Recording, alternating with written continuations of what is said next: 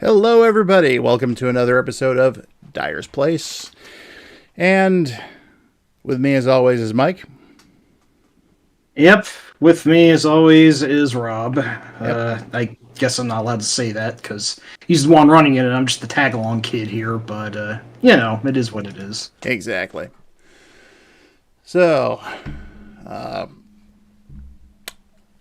it's May 4th. I think we all know what that means, right? Mike, can you see the stream? No, it's a black screen on my end, I'm afraid. Black screen. Hang on a sec. Let me try and type something into the chat and see what's going on here. Oh, look, things Jay's here. Jay, are you seeing anything on the for the background?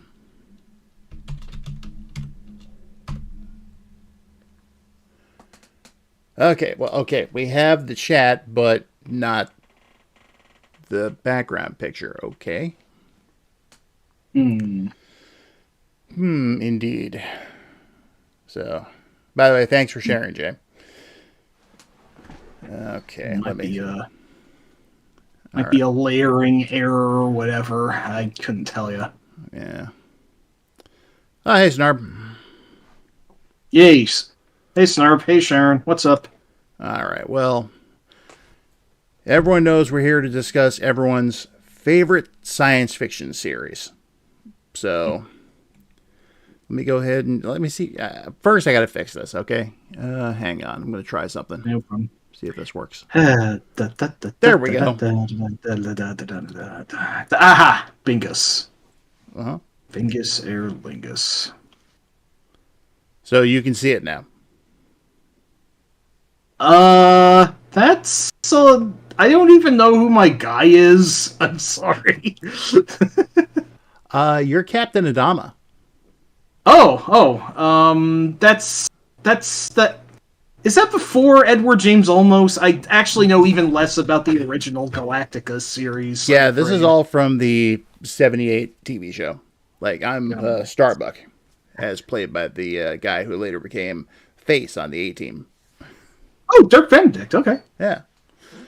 Lauren Green. Gotcha. Yep. As you can see... he was Ben Cartwright. Okay. Yeah, he was on Bonanza. As you can see, I flanked our picture of the Battlestar there with a couple of Vipers. Yes. So how about them Cylons? Yeah. Cylons. That rhymes with pylons.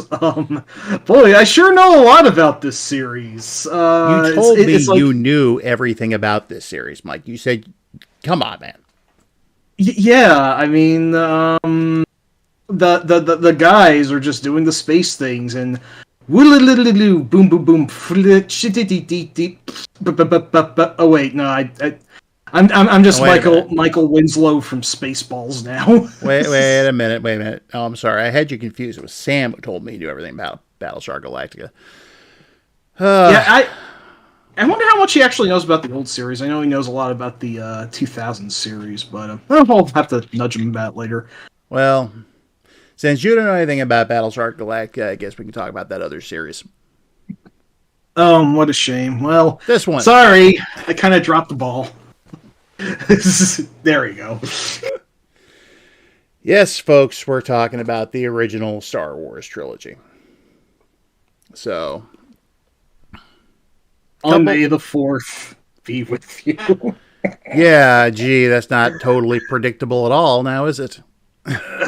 Well, I don't know who should explain how this came about more so, but, well, say what you want to first, and then I'll contribute my bit. Fine. First, I'm going to blame you for this. Yes, please do. It really was my fault. Yeah.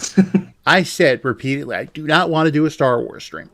I don't want to do one because Star Wars is like, the fandom is a festering black hole these days.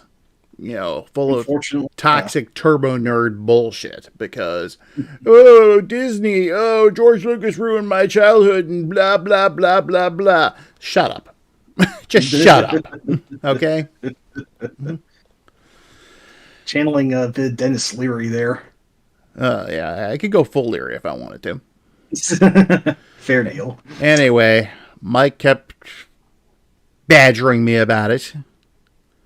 Yeah, I at least had a lot of fun when we did the top 5 movies stream. I had a lot of fun reminiscing about Empire, The Empire Strikes Back, and it just what a force it was at the time, and how much I still like it despite everything.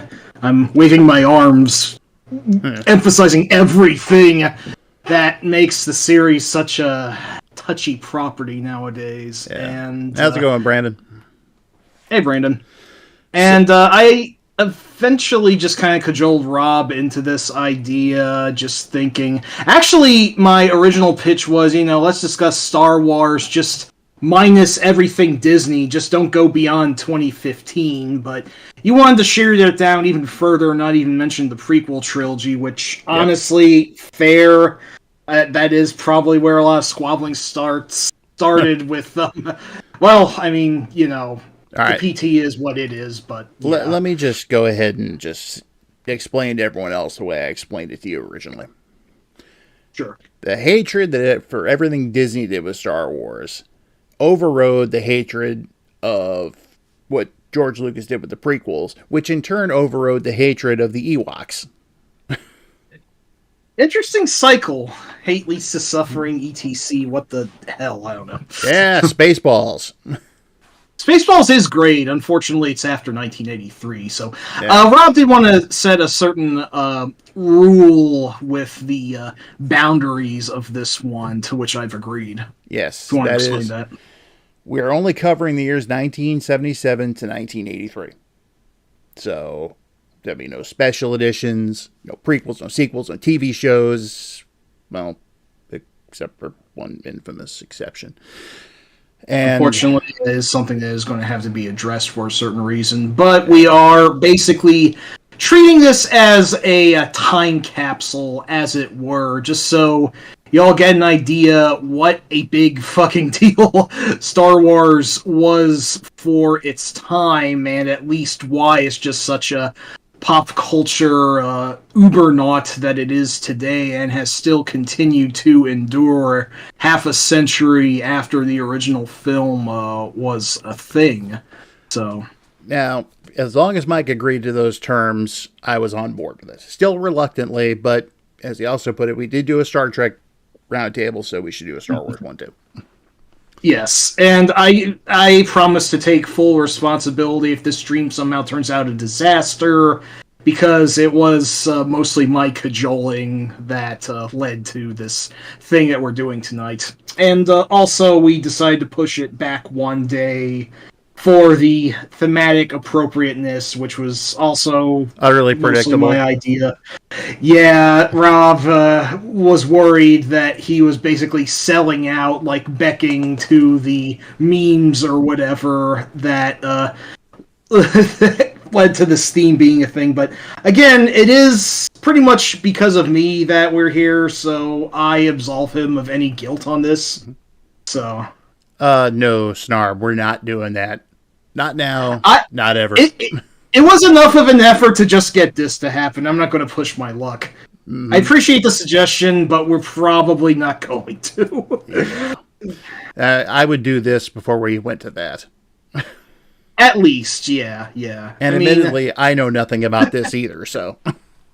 Yeah, we should examine other sci-fi series. Like, I know Snarb likes Farscape a lot. I barely know much about it, but I've heard it's good.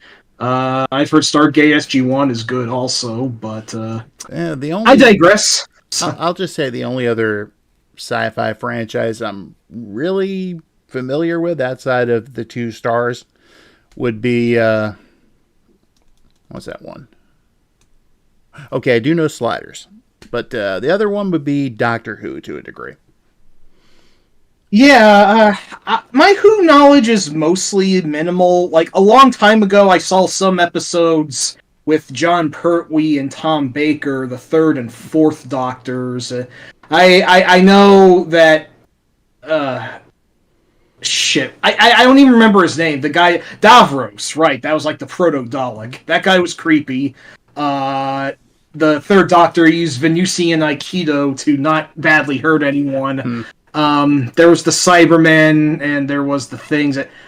From what I've seen of Who, I barely remember crap. That would be definitely something worth plunging into someday, I'm sure. But Don't that one, blink. oh yeah, I am familiar with that. I don't know if I should get more of the old series or if I should just jump into the new one, starting with Christopher Eccleston and getting to David Tennant. I know our friend Sam knows more about that, but we digress nonetheless. Well, Snarb, I'm proof that at least one other person remembers Sliders. Unfortunately, I know doodly shit about Sliders. That's something we're going to have to look into. Sliders was good for the first couple of seasons, and then it just went off the rails. As these things do. Oh, but hey, it was starring Jerry O'Connell. The feature Commander Ransom, no less. Yeah, I could totally see talking about Sliders. And I after the series went off the rails, I kind of had to stop watching because I was working a lot of nights at the time. So I'd always miss it. Oh no, I didn't. It's relevant to my interests. You know, the whole alternate universe thing. And John Rhys Davies was a major character. That's so, another thing, because Indiana Jones crossover. Yep. I mean, I heard Sala was going to be on board, and it's like, okay, I'm there. Yeah, season 4 I see is where Rhys Davies just left the show. So Yeah. that is a indicative, very indicative of its quality dropping. It also went from broadcasting on Fox to the Sci-Fi Channel. Really? Mm-hmm. Oh, dearie me. It really should have stopped. That was another reason I had to stop watching it. I still didn't have cable. Alas. Anyway, we are really getting off the rails here, I'm sure. I'll just say, as far as other sci-fi franchises that I can't cover, one that our late friend Ryan was a huge fan of, Babylon 5. Yeah, Babylon 5. That's one I really want to get to someday as well. Mostly because Walter Koenig is actually a recurring villain in it, which I really want to see that. I hear he's great in it, but... Snarb, for the record, I think it was the actor who played the Crying Man. I can't what else is think there? of his name off the top of my head, but... What other sci-fi thingies could we potentially cover? The X-Files? That's what I've meant to get to for a while. Yeah, I've seen the occasional episode of that, but not enough to really know much about it. Most of what I know is from the Springfield Files episode of The Simpsons, I'm not gonna lie.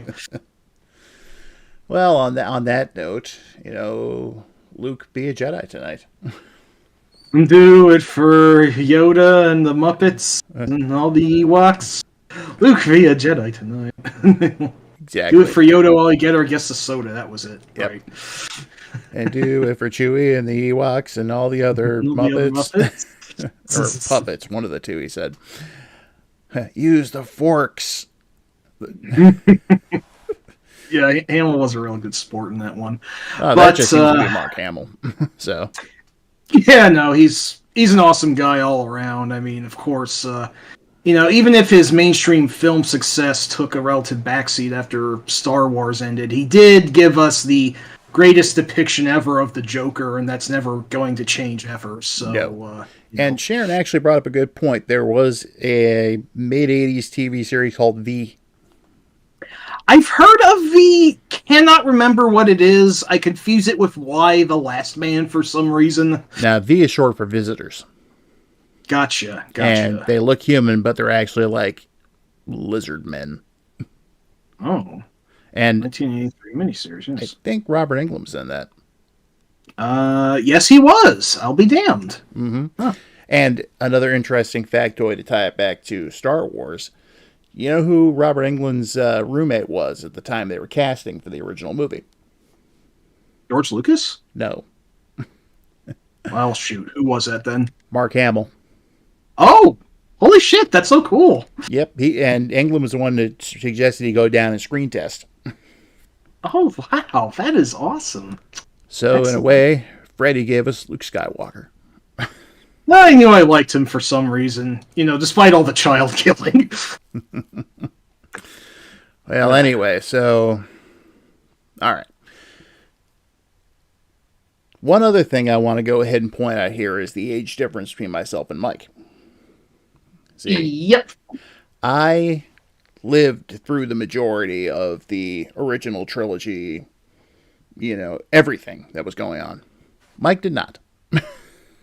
Yeah, I'm a generation or two down from him. Well, at least one. 15-year age difference Yeah. leads to some pop cultural niceties that I'm admittedly not as up on. I had to settle for viewing the original trilogy on this neat VHS box set that we had. It looked pretty cool, this large black box, and there was like a... I'll see if I can find it for reference. But Yeah. it was, of course, the original editions. I at least managed to live through Star Wars before the special editions became a thing, so I am at least thankful for that. Mm-hmm. Now, I experienced it between 1980 and 1983, and what little bit that went beyond that. Because by 1985, Star Wars was basically dead. Mm-hmm. But unfortunately, I was too young to see the original film in theaters in 1977. I was like 2. But I caught it when Empire was in theaters. And I saw the original movie on a re-release. And, of course, when Return of the Jedi came out, that was huge. And actually, we did a family outing to the movies. My sister, who is here now, Sharon, our mother, and our grandmother all went to go see Twilight Zone, the movie, which is a very good movie. Whereas my father, our younger brother, and myself all went to see Jedi. So, and we all ended up happy.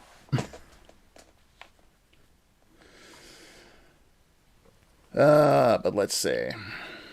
This was the box set. I forget who actually owned it. It was probably my dad's, but I'm going to post it in chat. This was the box I had. Star Wars Trilogy, the THX widescreen edition. We probably still have it floating around somewhere in the house, but yeah, that was how I first experienced Star Wars. I remember actually being able to buy that in stores. Yes. Wow, if this one's only worth $40, then again, it occurs to me there's probably not much demand for VHS, so it's probably not something that could really be extortionate for most purposes. Hey, Kate. Hey, Kate, what up? Yeah, glad you made it. I will say that particular box set, I think I just had the standard full screen edition because widescreen really wasn't a thing for me at the time. But if I recall correctly, I later traded that to a guy I knew in Japan for some Famicom games. Oh, cool. Yeah. It was one of those No. Famicom games, the Namco... It was okay. No, it wasn't. You know where I was going with that. I knew exactly where you were going with that. Well, shit. So, anyway. So, having seen Empire first, our parents surprised us with a trip to see Star Wars on a re-release. I remember because, we're going out, we're going to dinner, and we're going to go see a movie. Okay. Well, walking up to the theater with everybody, and it's like I could see the poster, but I couldn't quite make it out at that distance. Closer we got, and it's like, back in theaters, Star Wars. It's like, oh, we're going to see Star Wars, the original Star Wars. Nice. Mm-hmm. Now, my older brother had gotten married right around the time, sometime between Star Wars and Empire, if I remember correctly, because I guess you'd call them my niece and nephew, even though they were older than I was. His first wife had 2 kids. They actually had Star Wars toys, which was the first time I ever got to look at those. And simply put, it is because of our older brother that I even saw it in the first place. Because I don't know how it happened. I was too young to remember all this. But they were going to a movie. Somehow I managed to be able to go to, and what we saw was Empire, and I had absolutely no idea what to expect. Mm. So sitting there in the theaters, got my popcorn, got my soda, blah blah blah, and then lights go down. I remember this very vividly. 20th Century Fox logo comes up. The original green Lucasfilm logo comes up, not the fancy looking one. And then you get the whole "a long time ago in a galaxy far, far away," and it's dead silence. And all of a sudden, boom! Here comes the music, and I'm just like, "Whoa!" I was glued to the screen after that. And I distinctly remember going home and telling my parents, "We need to go see this movie." So we all did at the drive-in of all places. So, yeah, and according to my parents, I didn't stop talking about Star Wars for the next 6 years or so. Now, granted, it was also other things came along that also occupied my attention. I mean, couldn't have been more than a year or two later that I saw Raiders of the Lost Ark. So, boom, that's two things right there. And then, G.I. Joe, Transformers, but anyway, getting ahead of myself. So, since you just saw the original Star Wars on VHS originally, what did you think when you were a kid?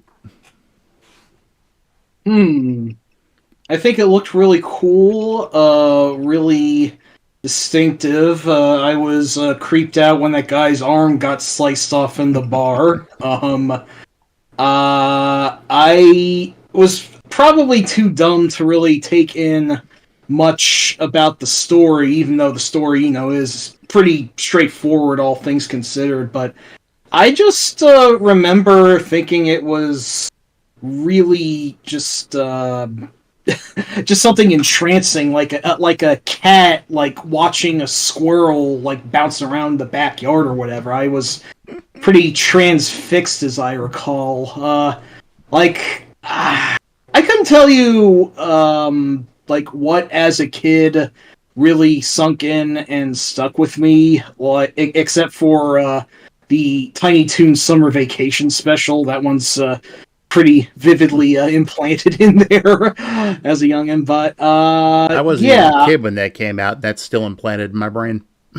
Exactly. It is really good. But yeah, I couldn't say if I had become as big a Star Wars fan as I did, like, right back then, but I just knew that it was something that was at least really huge everywhere else, and even, at the time when I saw them, even if the films had not been a thing for a while, they were at least still lasting through video games. Funny enough, I actually became most familiar with Empire because I had somehow got the SNES Super Star Wars Empire Strikes Back before I did the first game somehow, which I don't know how the fuck that happened, but it did, so that's how I became familiar with the outline of Empire, and then of course I got the one before and after that, and it was, it's funny how well it translates to being a video game, all things considered, but, as a film, though, it's just a tour de force. It's unpretentious. It looks great. It sounds great.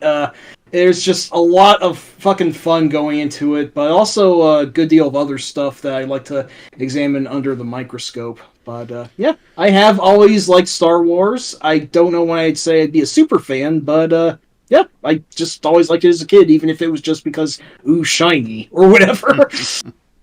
Now, to touch on your video games here, for the longest time, relatively speaking, there was not any Star Wars video games. I mean, if you were lucky enough to find the arcade game after that was released, that was one thing. Which I actually did on one of our summer vacations. I found it at SeaWorld. And I remember begging my parents for a quarter, put it in, and I managed to blow up the Death Star. That was the first time I'd ever quote, beaten a video game in my life.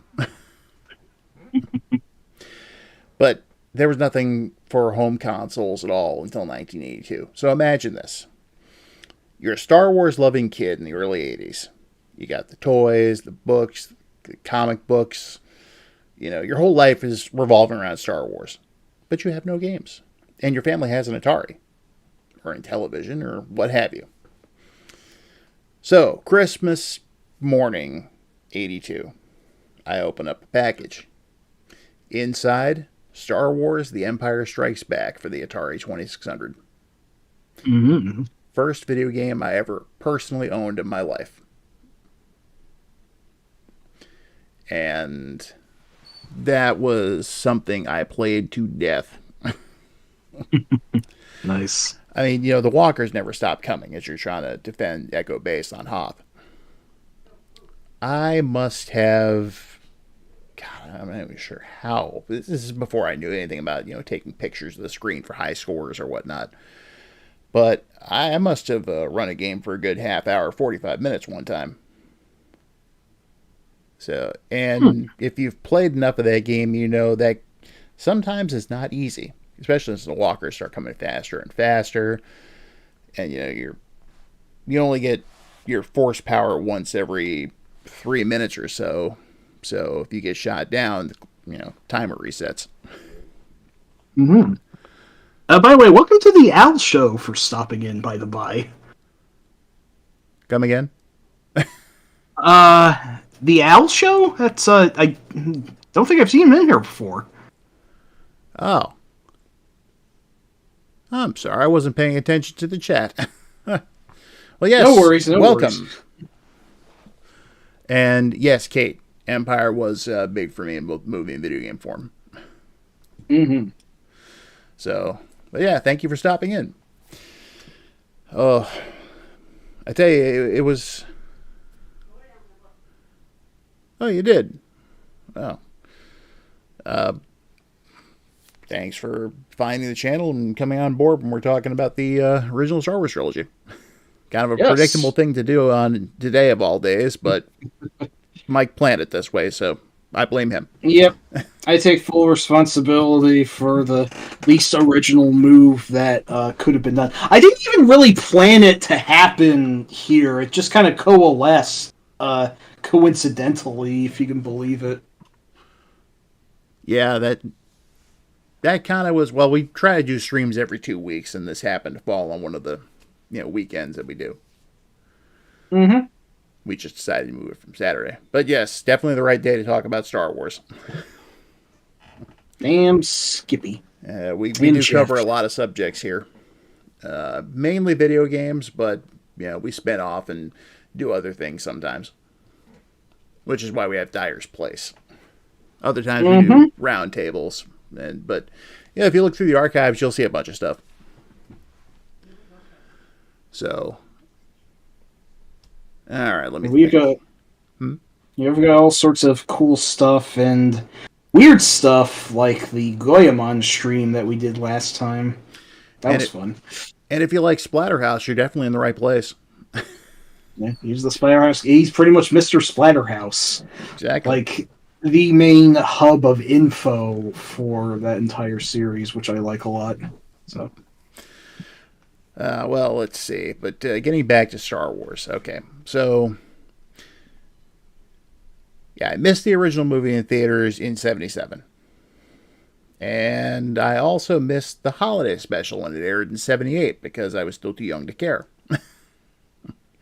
But after I saw Empire, at the time I was also an avid viewer of The Muppet Show. And I remember...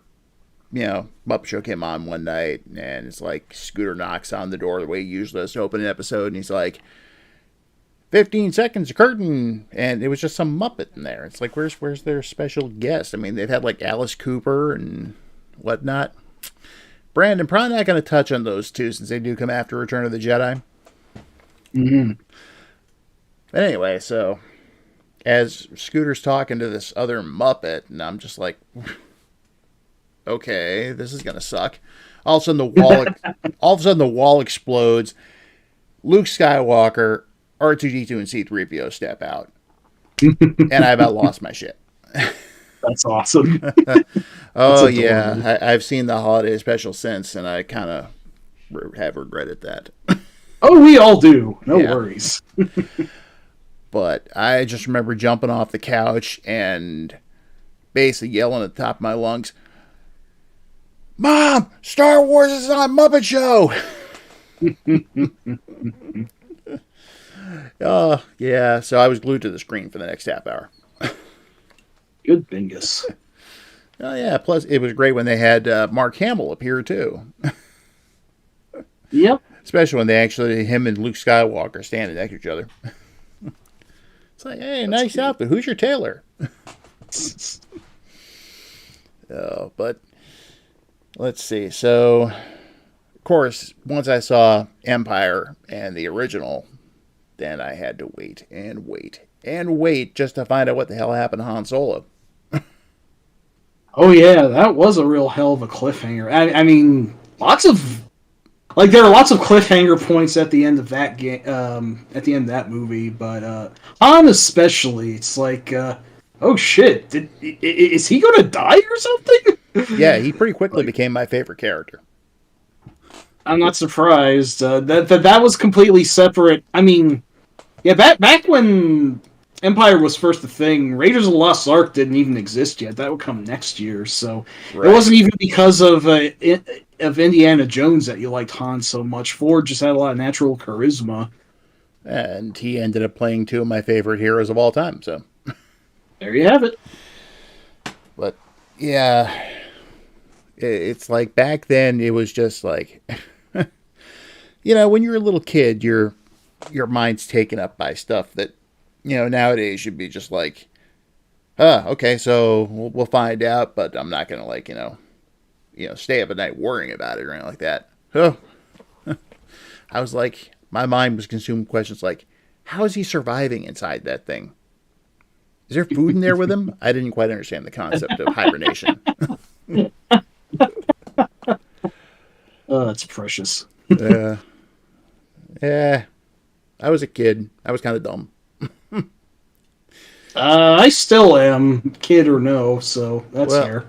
The people who worked with me in school would say otherwise because they recommended me for the gifted class at one point, and I don't see that. Yeah, I gotcha. Anyway, even though I missed it at the time, we do got to talk about it.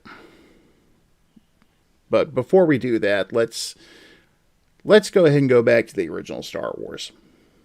So, now, having seen Empire, I already knew what was going to lead, that was the second part of a, I didn't know how many part story it was going to be, but there was at least one part before that.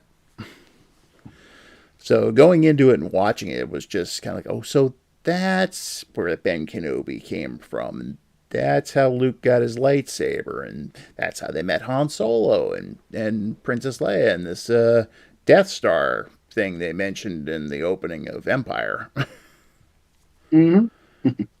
So that was kind of a fill in the blank thing for me at that point. You saw it first, though, so was there anything in particular that really stood out for you at the time, or even now? You mean just regarding the first film per se? Yeah.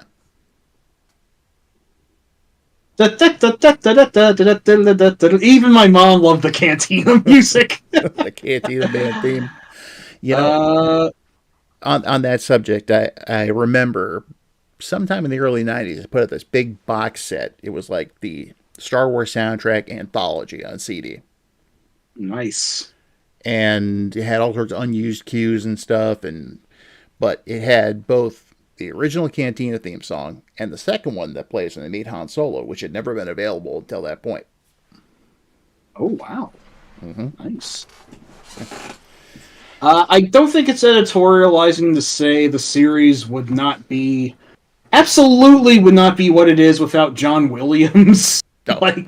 No way. If anything, the music might have been what stood out the most to me because, going back to the Super Star Wars trilogy and SNES, like, all the music was just exactly taken from John Williams' score, and that was how it became so vivid to me. The main theme, Luke's theme, the Cantina band music, even like what else do you say? Like the music from the Trench Run. Of course, Empire gives us the Imperial March. Return of the Jedi gives us Yub Nub. Okay, I'll shut up. Yeah, please do. Out of curiosity, this is going a little off topic, but have you seen the MSU1 soundtrack replacements for the Super Star Wars trilogy? Oh no, I don't believe I have. Yeah, replaces all the in-game music with the actual soundtrack from the films. That is so cool. Holy shit, I gotta give that a shot sometime. Oh, Kate, we're not going to mention that because that was a later invention. At the time, it was just this weird-looking band in a cantina playing a song. Yeah, let's go with that. Sharon, I don't think I had a cassette, but I remember having the Mako Star Wars single on 45. Oh, nice. That's another thing. The novelty universe and stuff that came out after Star Wars, there were all sorts of records. And you had Mako did his disco version, because, it was the late 70s. But he did a disco version of the Cantina theme as well. And then you had... Yeah, I think Todd in the Shadows went over this in his one-hit Wonderland coverage of Mako there. Yeah, he never recaptured that kind of success. I imagine not, no. But then you had some other ones, like there was this guy named Patrick Gleason who did his own cover of the Star Wars soundtrack, which is very kind of moody and atmospheric and whatnot. It's like, you can make out some of the familiar themes, but they're definitely not the way John Williams orchestrated them. Yeah. And then, I got to pull up this here real quick because I have to look at it. Yes. Hang on, let me find it. Okay. Got to go down to the R's because I do have a copy of this. The Rebel Force Band. They did an album called Living in the Star Wars with the S at the end of Wars put backwards. Oh, Jesus. And it says something along the lines of very unofficial on a planet there, but it's got these guys dressed up in Rebel pilot uniforms. There's an X-Wing there, and this is like really cheesy AM radio light rock at that. These guys are like bad drive-by comedians that you can't heckle or jekyll or throw highball glasses at. Pretty much, yeah. But listen to some of these song titles. You have Living in the Star Wars, the title track, Don't Fall in Love with an Android, Chewie the Rookie Wookiee, A Respirator for Darth Vader, The Ballad of Obi-Wan, and then in parentheses, OB-1. What the fuck? Well, at the time, there was a theory going around that, because the whole Clone Wars throwaway line, that Obi-Wan was actually a clone. Wow. This is one of these things that's been lost to time. Supposedly Lando Calrissian was, too. I had never heard of either of these before. Very interesting. I've gone through old issues of Starlog and whatnot, and I've seen this being commented on at the time. So... Oh, and of course, this album closes with Living in the Star Wars, the disco version. Because of course. Oh, it's 1977. What you gonna do? Yep, you just accept that Star Wars was a huge thing, and they had to go ahead and cash in on it. Pretty much, yep. Yeah, before it became the, it was a phenomenon, don't get me wrong, but... It was basically just, at that point, the highest grossing movie ever. Mm-hmm. Not adjusting for inflation. Mm-hmm. And everyone and their brother wanted to go ahead and get a piece of the Star Wars pie. And we got stuff like the Rebel Force Band. On the brighter side, we also got stuff like Bill Murray singing the Star Wars theme song at Saturday Night Live. I do remember that, yes. Pretty was, timeless bit. That was just funny. Yep. I forget the name of the character he played, but... Oh, but yeah, and of course, Star Wars had immense popularity with kids, which is what Lucas wanted in the first place, you know. Mm-hmm. So, and yes, Sharon, you did find me the Mako record. And I was excited about it. It was Star Wars. If it had the word Star Wars on it, I was there. Yeah, that was the feeling that I gather it really generated for the time. The huge cultural, I almost think it's a pretentious word to say, but zeitgeist that it was for the time was just undeniable, unassailable even. Mm-hmm. So, and some people think that, you know, Lucas made Star Wars just to sell toys. When actually he didn't. That was just a nice side racket. What he wanted to do was finance his own movies. So he figured he'd do Star Wars. If it was a huge hit, he could put it towards more independent films and things that he really liked. But instead it became a major, giant smash blockbuster, even outdoing Jaws, which was the previous record holder. Crazy. And yeah. And I know one of the other things, and it's something, again, you never hear about, I had a Star Wars activity book for a little while, which had all sorts, you know, like maids, like, you know, help Luke find R2-D2, that kind of thing. But they also had a recipe for Luke Skywalker themed cookies. Oh, really? They called them Skywalker Scrunchies. And they were actually made with cornflakes. Loved them as a kid. Not really all that crazy about them now. Oh, that's fair. Yeah. Because I have actually had some in the past decade. Oh. Mm-hmm. That's, Oh, the rest have you had any around.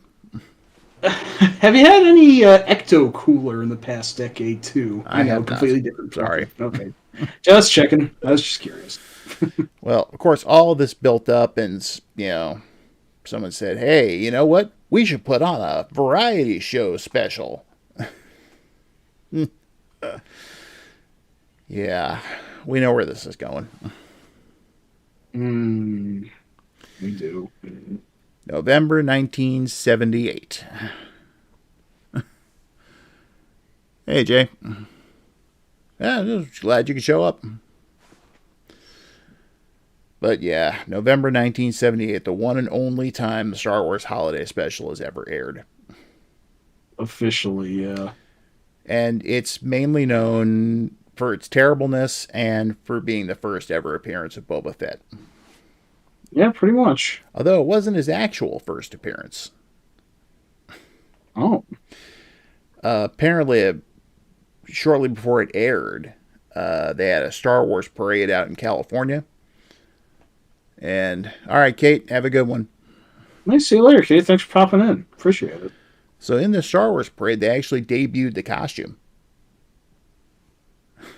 It was, if I remember correctly, it was mainly white at the time. Oh. Yeah, they hadn't decided on the color scheme yet. I wonder if that's No, I was going to mention something for the prequels, but let's not go there. Yes, let's not. But we won't. So you have the holiday special, and yeah, it's bad. It's real bad. It's a work of something, all right. Uh-huh.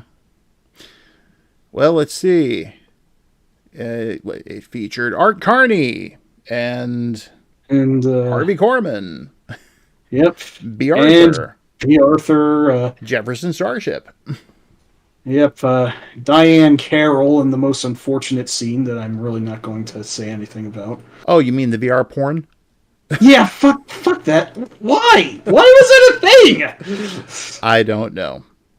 All I know is Lucas had no real creative control over this. Yeah, that's at least he can't be blamed for it. So, but you know, look at the cast they got for this. Okay, I mean, they actually somehow cajoled Harrison Ford into appearing. That is fucking crazy. I mean, And I guess the star wasn't as big at the time, to be fair, but it does still sort of seem like the sort of thing that's below him, so. he looked like he wanted to be any place but there. Yeah, I'm not surprised. And Mark Hamill was recovering from the auto accident that he'd had recently. Yeah, that's So right, he was heavily unfortunately. made up. And, Yeah, he did look a little uncanny, I remember. and then Carrie Fisher was coked out of her fucking mind. Yes, I remember this too. You could even see her God bless coke her. nail in a couple of scenes. Oh, Jesus Christ, that's amazing. Yeah. But the way they presented it, like the whole thing was Chewbacca's trying to get home to his family on Kashyyyk for Life Day, which Happy I Life get. Day, everyone. Yeah, Life Day, I guess, is Thanksgiving, Christmas, and New Year's all rolled into one. Or some bullshit, yeah. Yeah. And so, of course, him and Han are trying to get there in the Falcon. They're being chased by Star Destroyers. And all the footage they used was outtakes from the movie. So, Ah, that makes sense. and then you get like 15 minutes of untranslated Wookiee as you look in on Chewbacca's home life, featuring his wife Mala and his father Itchy and his son Lumpy. And no, I am not making any of these names up. Yeah, this sounds like something out of a fucking NES Worlds of Power novel. That's just like the feeling I get from it, if that makes sense. Brandon, why what?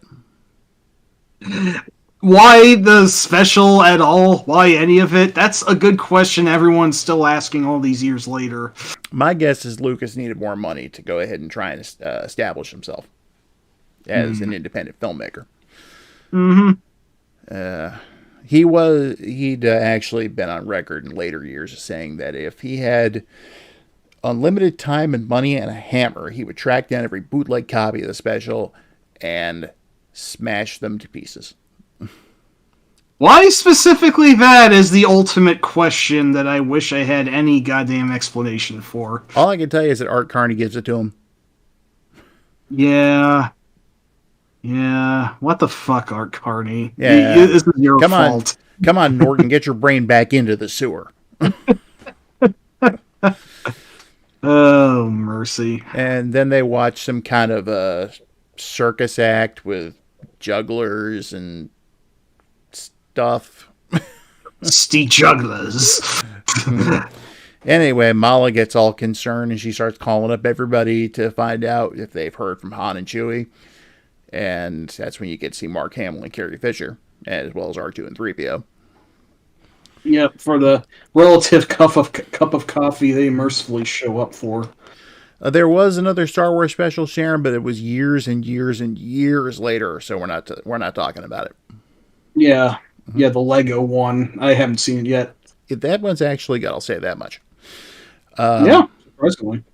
So, as the holiday special just kind of drags on, eventually the Empire shows up, and stormtroopers come in there, and yeah, I don't want to talk about those either, Snarb, because those are a bit after Return of the Jedi.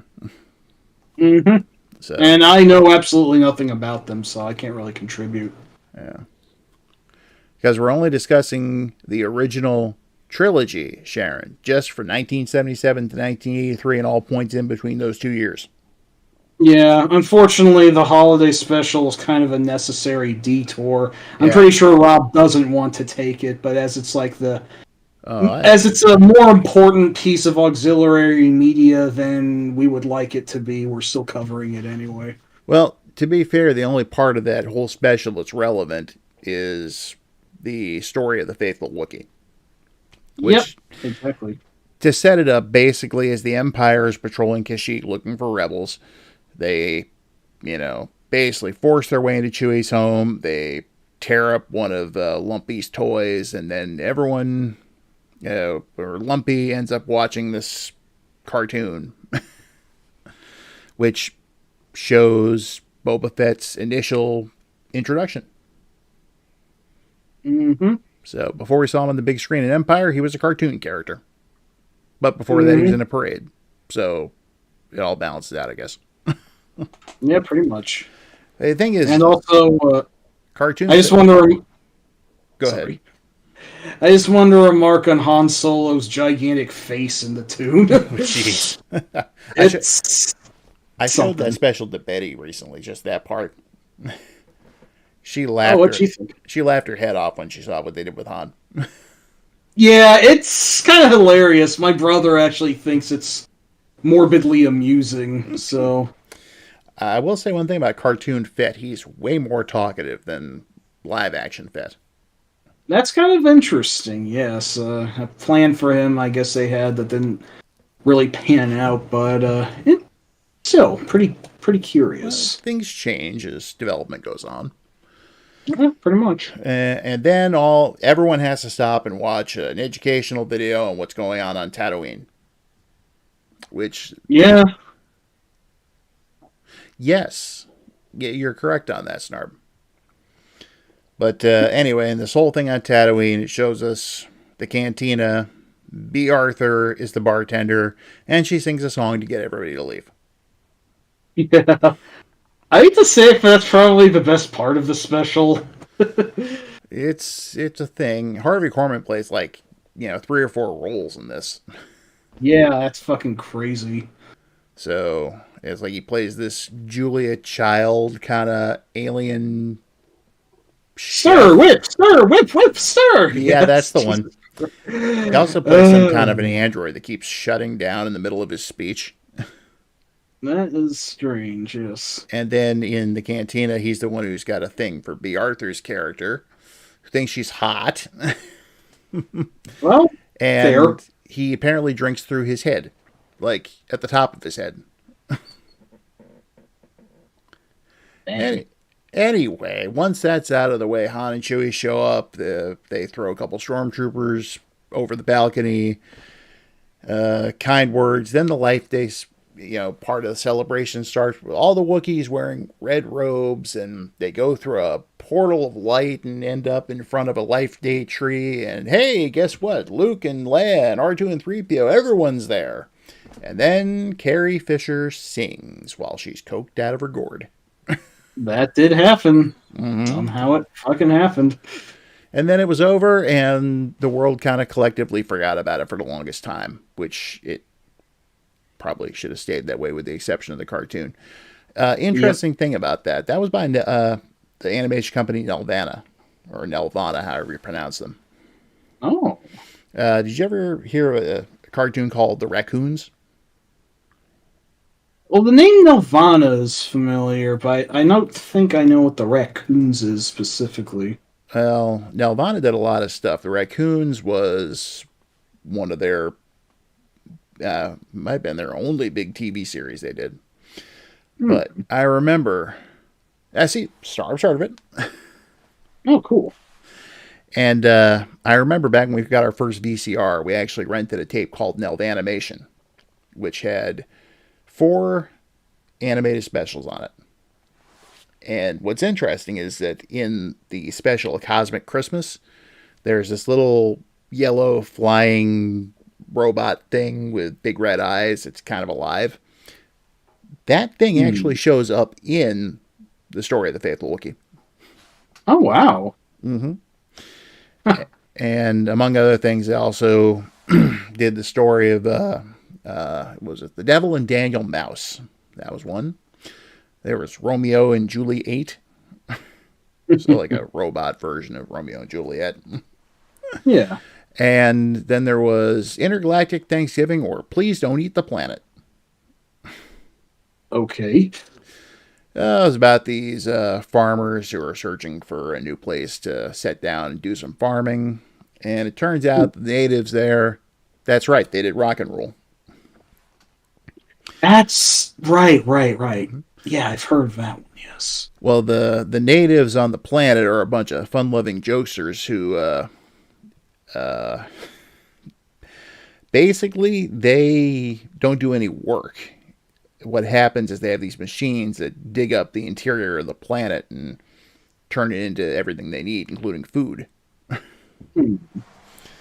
And turns out there's another race there of like construction bugs, which are trying to keep the planet from collapsing. It's an Oh, interesting don't that be watch, I'll well? say that much. Sounds it, yeah. And I think Sid Caesar does the voice of the main the alien king. Oh, damn.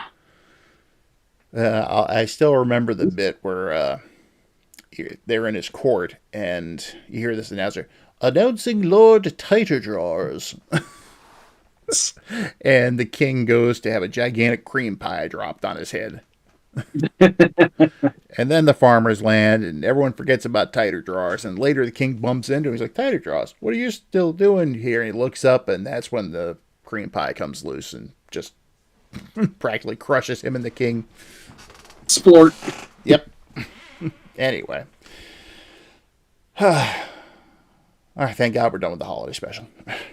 Yeah, it lasted longer than I thought it would. So let's touch on a different subject first before we go on to Empire. Yes. The toys. Oh, yes, gladly. All right. So what happened is that the little toy company Kenner, because they were little at the time, were actually able to get the Star Wars license. They were the only ones who thought this might be successful. And Lucas was thinking, even if the movie's not successful, then we'll have a fun little collection of toys. Kids will play with them, you know. Well, then the movie came out and just completely blew everything away. So Kenner suddenly found themselves swamped with requests for Star Wars toys, Oh, yes. and they had Imagine nothing so. prepared. Whoopsies. So they came up with this idea called the early bird set, Oh. where you would basically send X amount of money to Kenner along with the certificate, and as soon as the figures started being released, you would get a set of figures. Huh. Neat. Those early bird packs are extraordinarily rare these days, and they're worth quite a bit of money. Yeah, I'm not surprised, but pretty savvy idea. Basically, having like how video games can be pre-ordered today. That was like an early form of that. Mm-hmm. And something else that Kenner did, instead of just making action figures of the main cast, they basically took every single, even background character in the movie and made him into a figure. Yeah, which I think actually really did the Star Wars universe a lot of good in the long run, because like fans would go crazy for like every insignificant character that popped up for a bit, like Ponda Baba, the guy who gets his arm sliced off in the cantina, Wait, and Ponda who? Baba? Oh, I believe you're referring to Walrus Man, Yes, him, that guy. because I never Every- heard that name until sometime in the 90s. Yes. The Walrus guy was apparently famous for It's some reason. it's okay, Mike, because obviously you only have a couple of different frames of references to work off of here. So, That's but true. I mean, I won't mention any of their names, but all the bounty hunters in Empire who only showed up for like 10 seconds became immensely popular characters in the expanded universe. no, they were actually named when on the original figures. Oh, well, there you have it then. Yeah, I mean, you had Boba Fett, you had IG-88, you had Dengar, you had Bosk, and then you had the two that for the longest time people thought, well, this guy is this guy, right? Turns out Kenner flipped the names on 4LOM and Zuckuss. Oh, whoops. Kind of like the whole Strider 2 misprinted discs. Oh, yeah, that was definitely a thing that happened. Yes, it was. And, well, Kenner, they basically blew their action figure line out. They introduced vehicles as well and playsets. And some of that stuff you didn't even see in the movie at all. Huh. Like Dang. I forget what it was called off the top of my head, but it was basically an Imperial troop transport. And I got one of these for Christmas one year. Oh, cool. And It's like the G Commando's action figure storage truck. exactly. Except this had, you could put in batteries, and you could actually press a button and you'd hear voice clips from the movie. Like, Oh, neato. depending on which button you press, you'd hear like, R2D2, where are you? And stuff like that. I'll get to what happened with me and Sharon in a minute here. Just so you know, Sharon, I'm going to acknowledge this. And remember what I said. It's only half your fault. The other half is mine. But they also had like a big chunk of the Death Star that was sold as like their big deluxe playset. Yeah, I remember you showed me that before. That's crazy. That's really neat. Yeah, it had one of those, large blaster cannons. It had the floor when Luke and Leia were stuck in that one side of the door and they couldn't get across. So it actually came with a grappling hook and a piece of string so you could actually make them swing across the opening. Nice. On top of that, it also had a trash compactor. Ah, very nice. Complete with Dianoga. Excellent. And it was filmed. It was basically filmed with like foam rubber pieces, and you could actually have the Dianoga hide in there, and you pop its head out and whatnot. It was pretty cool. That was one of the ones that my niece and nephew had, was the Death Star. Excellent. And of course, you got your basic vehicles. You got your X-wing, your TIE fighter, your Millennium Falcon, Darth Vader's TIE fighter. That came out at the time. And the cool thing about most of these was that they all made some kind of noise. Usually blaster fire. That's really neat. Mm-hmm. The Y-Wing actually didn't get a toy for a few years. That one didn't come out until Jedi. Yeah, that is... And I forget that was actually a design that existed since the very first movie. It's certainly not as famous as the X-Wing, but, it's still a steady part of the Rebel backbone. It's their designated bomber ship, if I'm not mistaken. Mm-hmm. Now, there were other things, too. There were board games. Nice. One of which was Escape from the Death Star, which we had. Oh, cool. And let's see. As far as other stuff from the time, I'd see it pop up from time to time. Some that I had, some that I didn't. So, this point, basically Star Wars in the 70s is over, so we're moving on to Empire. Mm-hmm. So, yeah, already gone over the first time that I got to see it and how much of an impact it had on me. What were your thoughts on seeing Empire for the first time? I thought it looked even cooler than the first film. It really hit the ground running. I mean, maybe it started out a little bit quiet over the desert, the icy desert of Hoth, but then it just really just sped the hell up, and it's just like there's this constant pressure bearing down and everything. It's like it's called The Empire Strikes Back for a very good reason. It's like I wasn't thinking about the logistics as a kid back then, but it's like, oh yeah, no, of course they'd be extremely mad at the rebels, and of course they wouldn't have just died if like their very impractical giant starbase was destroyed. So Vader's still alive. He's very angry, and he keeps killing off his own officers a lot, which I find morbidly hilarious. It was the film that I was actually the most familiar with, since once again that was the SNES Super Star Wars version that I played the most. And I just remember this film. It's like we had gone to like every other biome besides the desert. Now we're in the Arctic, now we're in the swamp, now we're in the sky, and it's just the set designs just look really neatly vivid. Lando seems like the nicest guy in the planet until he's revealed that he just kind of had to do something bad, which led to everything just falling to shit. And it's like Luke tries to fight Vader, and that doesn't go so hot, and it ends on a quiet note of survival rather than any sort of victory. I still thought it was an immensely fun film, but I think even then I could sense how relatively downbeat it was compared to the first. But I do admit it's kind of a cheat knowing that things would eventually get better. I guess the relative harshness of the ending didn't steamroll me quite as much, but I imagine for people who saw it back then, it was like, holy fuck, are they really ending on this note? Like, many, many, many years before Avengers Infinity War, that was, like, considered as shocking as that, so, yeah.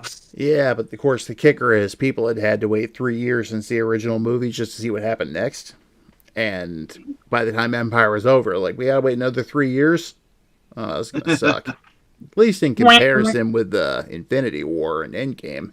Those were, what, barely a year apart?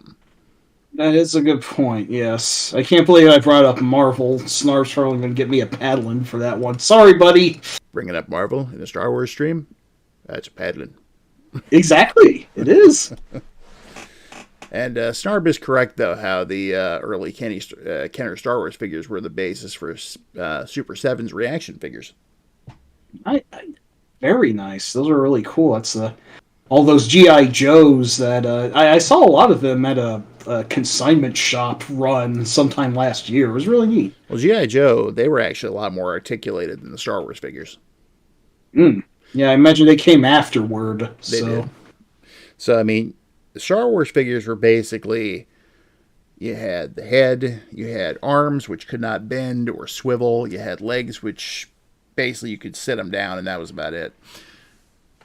And a torso piece. With G.I. Joe, the knees could bend, the elbows could bend. After a while, they did the swivel arm battle grip, they called it.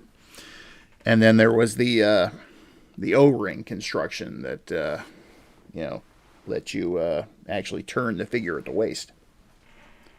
And then eventually they started changing up where where the heads could move up and down instead of just left and right. Cool. I think that started in '85 with that line of G.I. Joes that year. But in comparison, Star Wars figures were not very articulated. Oh, gotta start somewhere. But, speaking of toys, Kenner charged into that. Now, something I do want to point out. For all the background characters and everything that Kenner made into figures, a surprising amount of characters from the first film didn't make it as figures until much, much, much later. Oh, dang, really? Among them was Grand Moff Tarkin. Huh. Yeah, Tarkin is honestly an underrated character despite Peter Cushing having foremost billing. It's like everything about Vader just overshadows him, but no, if anything, he might be even worse than Vader in some ways. He's the guy who blows up Alderaan, and he's the guy at the time calling the shots. He's able to actually boss Vader around without getting force-choked himself, so there's some implication he's got some sort of real sway in the empirical hierarchy. Although I do have to admit, I didn't even know who Peter Cushing was when I was a kid. I didn't realize they had such a storied background in the Hammer horror circuit, and it's just a really cool guy all around, but yes. Snarb. Hammerhead actually was one of the initial run of figures after the original movie. So he did come earlier, much earlier. Take my word for that. But there were other characters that didn't get made into figures. None of the Imperial hierarchy did, other than Vader. None of the high-ranking rebel generals, so like General Dodonna and whatnot, no figures. But we did get, we got Tusken Raiders. Those guys scared the wherever you go. I gotta say, in the first film, the Tusken Raider jump scaring Luke really gave me the shits as a kid. Something that freaks me out. They make some really unnatural fucking noises. They're just creepy. Snarb, you're probably correct about that. What Kenner ended up doing for like their last gasp of Star Wars figures was to release what they call the Power of the Force line, and they put characters in there from all three movies. Oh, Like you had that was the one that had Lando in his general's uniform from Jedi. You had one of the coolest Han Solo figures, Han in carbonite. oh, neat. It's like you could actually, it came with Han and a carbonite block. You could just press him into a pre-molded for the figure. Wow, that's pretty elaborate. Yep. Also had Luke in his stormtrooper outfit as well. Nice. So, but that was around 84, 85. And that was it after that. So yeah, I could look up the whole list, I'm sure. It would not surprise me to see someone from the cantina in there. I mean, there was enough background characters that also didn't get made into figures in the initial wave or two. But when it came time for Empire's figures, they just blew it out. There was now there were a few characters that weren't referred to by name, but you could tell exactly who they were. For example, they dubbed him the AT-AT Commander. That was General Veers. Yeah, Julian Glover, aka Walter Donovan from The Last Crusade. Or, as you kids nowadays would identify him as, Grandmaster Pycelle from Game of Thrones. Yes. Yeah. Okay, I think I can clear this one up for you, Snarb. The dewback, it did show up in the original film very, very briefly and from a distance, but there were a ton of promotional pictures featuring it. In fact, in the original novelization, there's a nice close-up of it. Oh, cool. And they were getting all their information directly from Lucasfilm, too, so. But, when with Empire, too, they also released an Imperial Commander, which you just have to take a look at him. It's Admiral Piet. Yes, the surprisingly popular character who manages to live longer than any named officer in the series. Yeah, we didn't get an Admiral Ozzel or Captain Anita figure, though. With Super getting force-choked action. That would have been a great selling point. We did get a few interesting variations on things, including some characters, again, that you saw for maybe 3 seconds. Yeah. Again, one of my favorites, Lobot, the bald guy with the cybernetic headgear, who's basically Lando's assistant at Cloud City. He's the unsung hero of that film. He gets shit done. Oh yeah, he does. But there was also, if you remember the part where the Falcon was coming into Bespin and heading towards Cloud City, and the twin pod cloud cars came out. Oh yes, I really like the design of those things. Once again, I keep referring to the Super Star Wars trilogy, but you shot a bunch of those down in one of those missions in the 3D missions in the game. So, well, in the film, you can barely make out the pilots, but they got their own figure. Holy shit, that's crazy! And for that matter, the AT-AT pilot got a figure. TIE Fighter pilots finally got a figure. Before that, if you wanted to have someone flying a TIE Fighter, you had to have a Stormtrooper. Yeah, shit. One ship they never actually made a toy out of at the time was the TIE Bomber. Oh yeah, that was distinctly chunkier than the conventional fighter, as it were. They had their own equivalent of the Y-Wing. And they didn't have any playsets quite as elaborate as the Death Star, but one that came close was basically a section of the bridge of the Super Star Destroyer. Oh, wow. Including Vader's chamber. Very neat. So if you had enough Imperial commanders, you could staff the whole thing. That's awesome. That'd be really crazy to experiment with. Mm-hmm. And you could even have it where you could line up all the bounty hunters and have Vader address them and whatnot. Bounty hunters. We don't need that scum. Yes, sir. I forget where exactly, but I remember reading at some point that someone thought that like that little yes sir that the under officer gave was it sounded to them like it was just him saying okay I don't give a shit just without actually saying that. It's like, Exactly. it's a nice little subtle detail. Sharon, those were the AT-ATs. Mm-hmm. When I was a kid, they weren't known as AT-ATs. Yeah, no, they were just the Imperial Walkers or whatever they were. Another one very popular was actually referenced a few times in literature was snow walkers. Oh yeah, that was the only time we'd ever seen them in anything. Luke Snowwalker. There you go. Which reminds me, that also came out at the time as a vehicle, and you could even do the thing where you could have Luke go up the lion and do the whole thing with the lightsaber. Nice, very nice. I mean, they had the AT-AT pilot; they had to have the AT-AT itself. Yeah. Oh, one of my favorite things was the snow speeder. Let me explain why this thing was so cool. Oh, yes, gladly. All right. For one thing, it came with the harpoon and tow cable. Nice. Two, it too was battery powered, and when you press the appropriate button, both guns would actually light up. Oh, sweet. And of course, you could fit two figures in there, which was, just like you saw in the movie. Very sweet. Very indeed. They never did do a playset other than one that was sold exclusively through Sears as like a cardboard set of Cloud City, though. So we did not get a carbon freezing chamber. Oh, that bites. What we did get, though, was Slave One.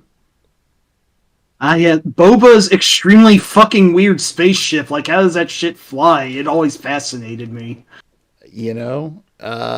One thing I thought was cool, because I got it one Christmas, is that it actually came with Han and Carbonite. Excellent. I actually have one of those. I don't have Slave One at all, but I've got the Han and Carbonite from that. Super. So, and this is when... Yes, this is what I was just talking about, Sharon. Sounds and lights on all this stuff. Mm-hmm. The way you actually flew, quote unquote, the Slave One toy, on the bottom it actually has a handle. Oh. So you could pick it up, hold it the way it's supposed to fly, then turn the wings, and you would actually, if you put Boba in the command seat, it would actually go up and he'd be looking directly out the window, just like he does in the movie. Wow, that's crazy. Mm-hmm. Yeah, Snarb, I think that newer Slave One was actually a reuse of the original mold. Very nice. I remember seeing it in stores. And they had a couple of Hoth play sets. And now I have to tell the story about what happened with my toys. Uh-oh. All right. First of all, it was not all of my toys. Mm-hmm. But there was a couple of them. Specifically, the one I remember the most was the Turret and Probot playset. That thing was so cool. That was one of the Hoth playsets. Oh, nice. It actually came with an Imperial probe droid. So, but yeah, pretty sure Snarb also did that with the Falcon and a few other toys. So, at the time, being as I was just a little kid, and I was keeping my toys wherever they could be, which was basically as far out of the way, because we didn't have a big place, and things like plastic totes and cardboard boxes didn't occur to me. I was keeping a few of my bigger Star Wars toys in a garbage bag. And it happened to be over in the corner near where the trash can was. Uh-oh. Yep. Hey, Fatal. Oh, dear. Hey, Fatal, what's up? Yeah, welcome aboard. So, Sharon was in charge of taking out the trash. So, she saw a garbage bag sitting there off to the side.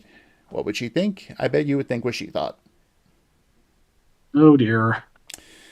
And there it went. Our parents were not happy. Oh I dear. was devastated. And for years, I blamed her for it. Mhm. But, later on, with, hindsight, came, it's like, okay, yeah, okay, I got to admit that was partially my fault too. So she shouldn't feel as guilty as she does about it because it was not all her fault. And I know you can hear me right now. So it is what it is. Yeah, pretty much. Well, and then let's see, what else were they doing? So, of course, that was the year we got Empire for the 2600. We also got Jedi Arena, which, if you look up at the top of the background there, you can see the little seeker drones from the game. The only Ah, Star, yes. the only Star Wars based paddle game. What other games on the 2600 use the paddle? Oh, there's quite a few. Not as Okay. many as Joystick, but you had stuff like Kaboom, Night Driver, Canyon Bomber, Ah, yes. and a few other ones. Plus, there was one that used a modified version of the paddles, which were called the driving controllers, which was Indy 500. Nice. Circus Atari was another one. But yeah, that was one of the few. Let's see. Yeah, you're thinking of Jedi Arena. And, I gotta say, people like to trash that game, but, you're playing one player. It's not exactly that great. Mm. But, player versus player, that's actually pretty fun. I mean, back in the day, even back during the second generation, there are some games that were much more valued as two-player or multiplayer titles. Like long before fighting games or like co-op titles, like Left 4 Dead or whatever. Mm-hmm. So, I mean, fuck, combat was that exactly. So, Yeah. But, in two-player Jedi Arena, you had to zap your way through the shield the other player had and score hits on them. Whoever had the most hits won. Outlaws. Outlaws. oh, that's a very recent Star Wars game. It's Ah, the one by Ubisoft. I haven't played it. I don't really care to discuss it. It's yeah. Ubisoft. Yeah, here's what we're doing I'm- right now, Fatal. We're discussing the original trilogy by itself between 77 and 83.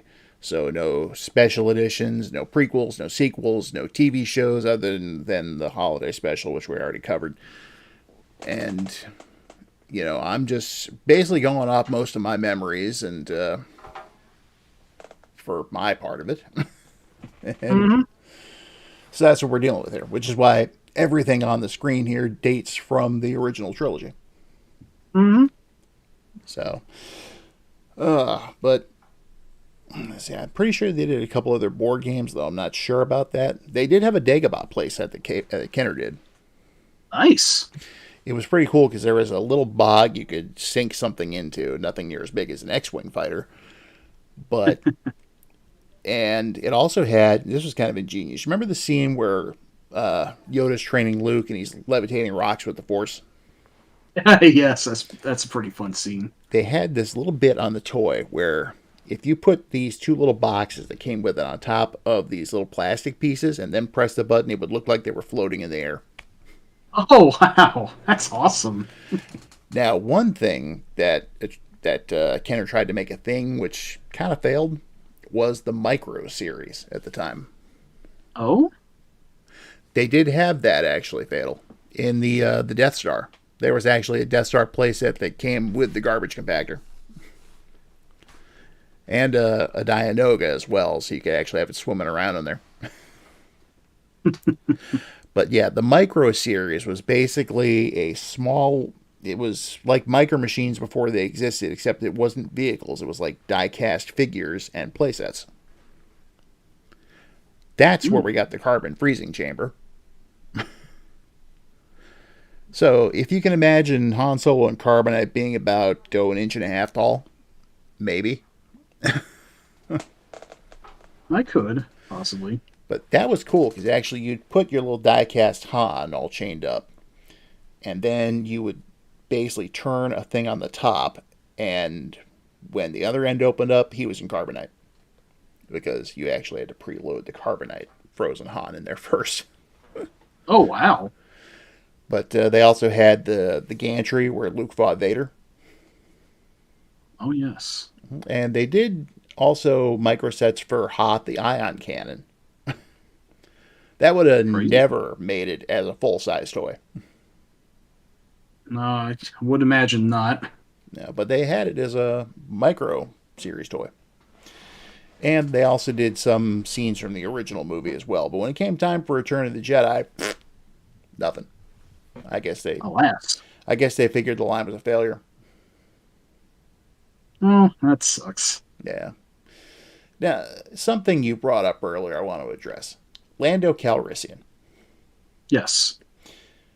I remember reading people writing into Starlog and whatnot, and they were all like, oh, Lando Calrissian, what a traitor, he betrayed his friend, and blah, blah, blah. And it's like, look at it another way. He didn't, he betrayed Han on the surface, okay? But he's the Baron Administrator of Cloud City. Essentially, he's in charge of the whole thing. And the Empire comes in saying, turn over Han Solo when he gets here, or we're going to, things won't be too good for you or your people. Yeah, exactly. Vader got there first. Yeah. So, Precisely. Lando was basically acting with the intent of saving lives. Which, if you remember, he gets on the intercom at one point. The Empire is exactly snark.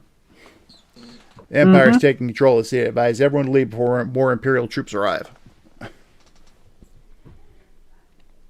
Yeah, exactly. I remember there was a West End Games source book that covered the films, which actually included little stories, and one of them was Lando's meeting with Vader. And now, granted, this came out in the mid-90s, but what happened with it is, as he's talking to Vader and he's trying to figure out a way to get out of this, Vader gives him a little taste of the Force choke. Doesn't surprise me, unfortunately.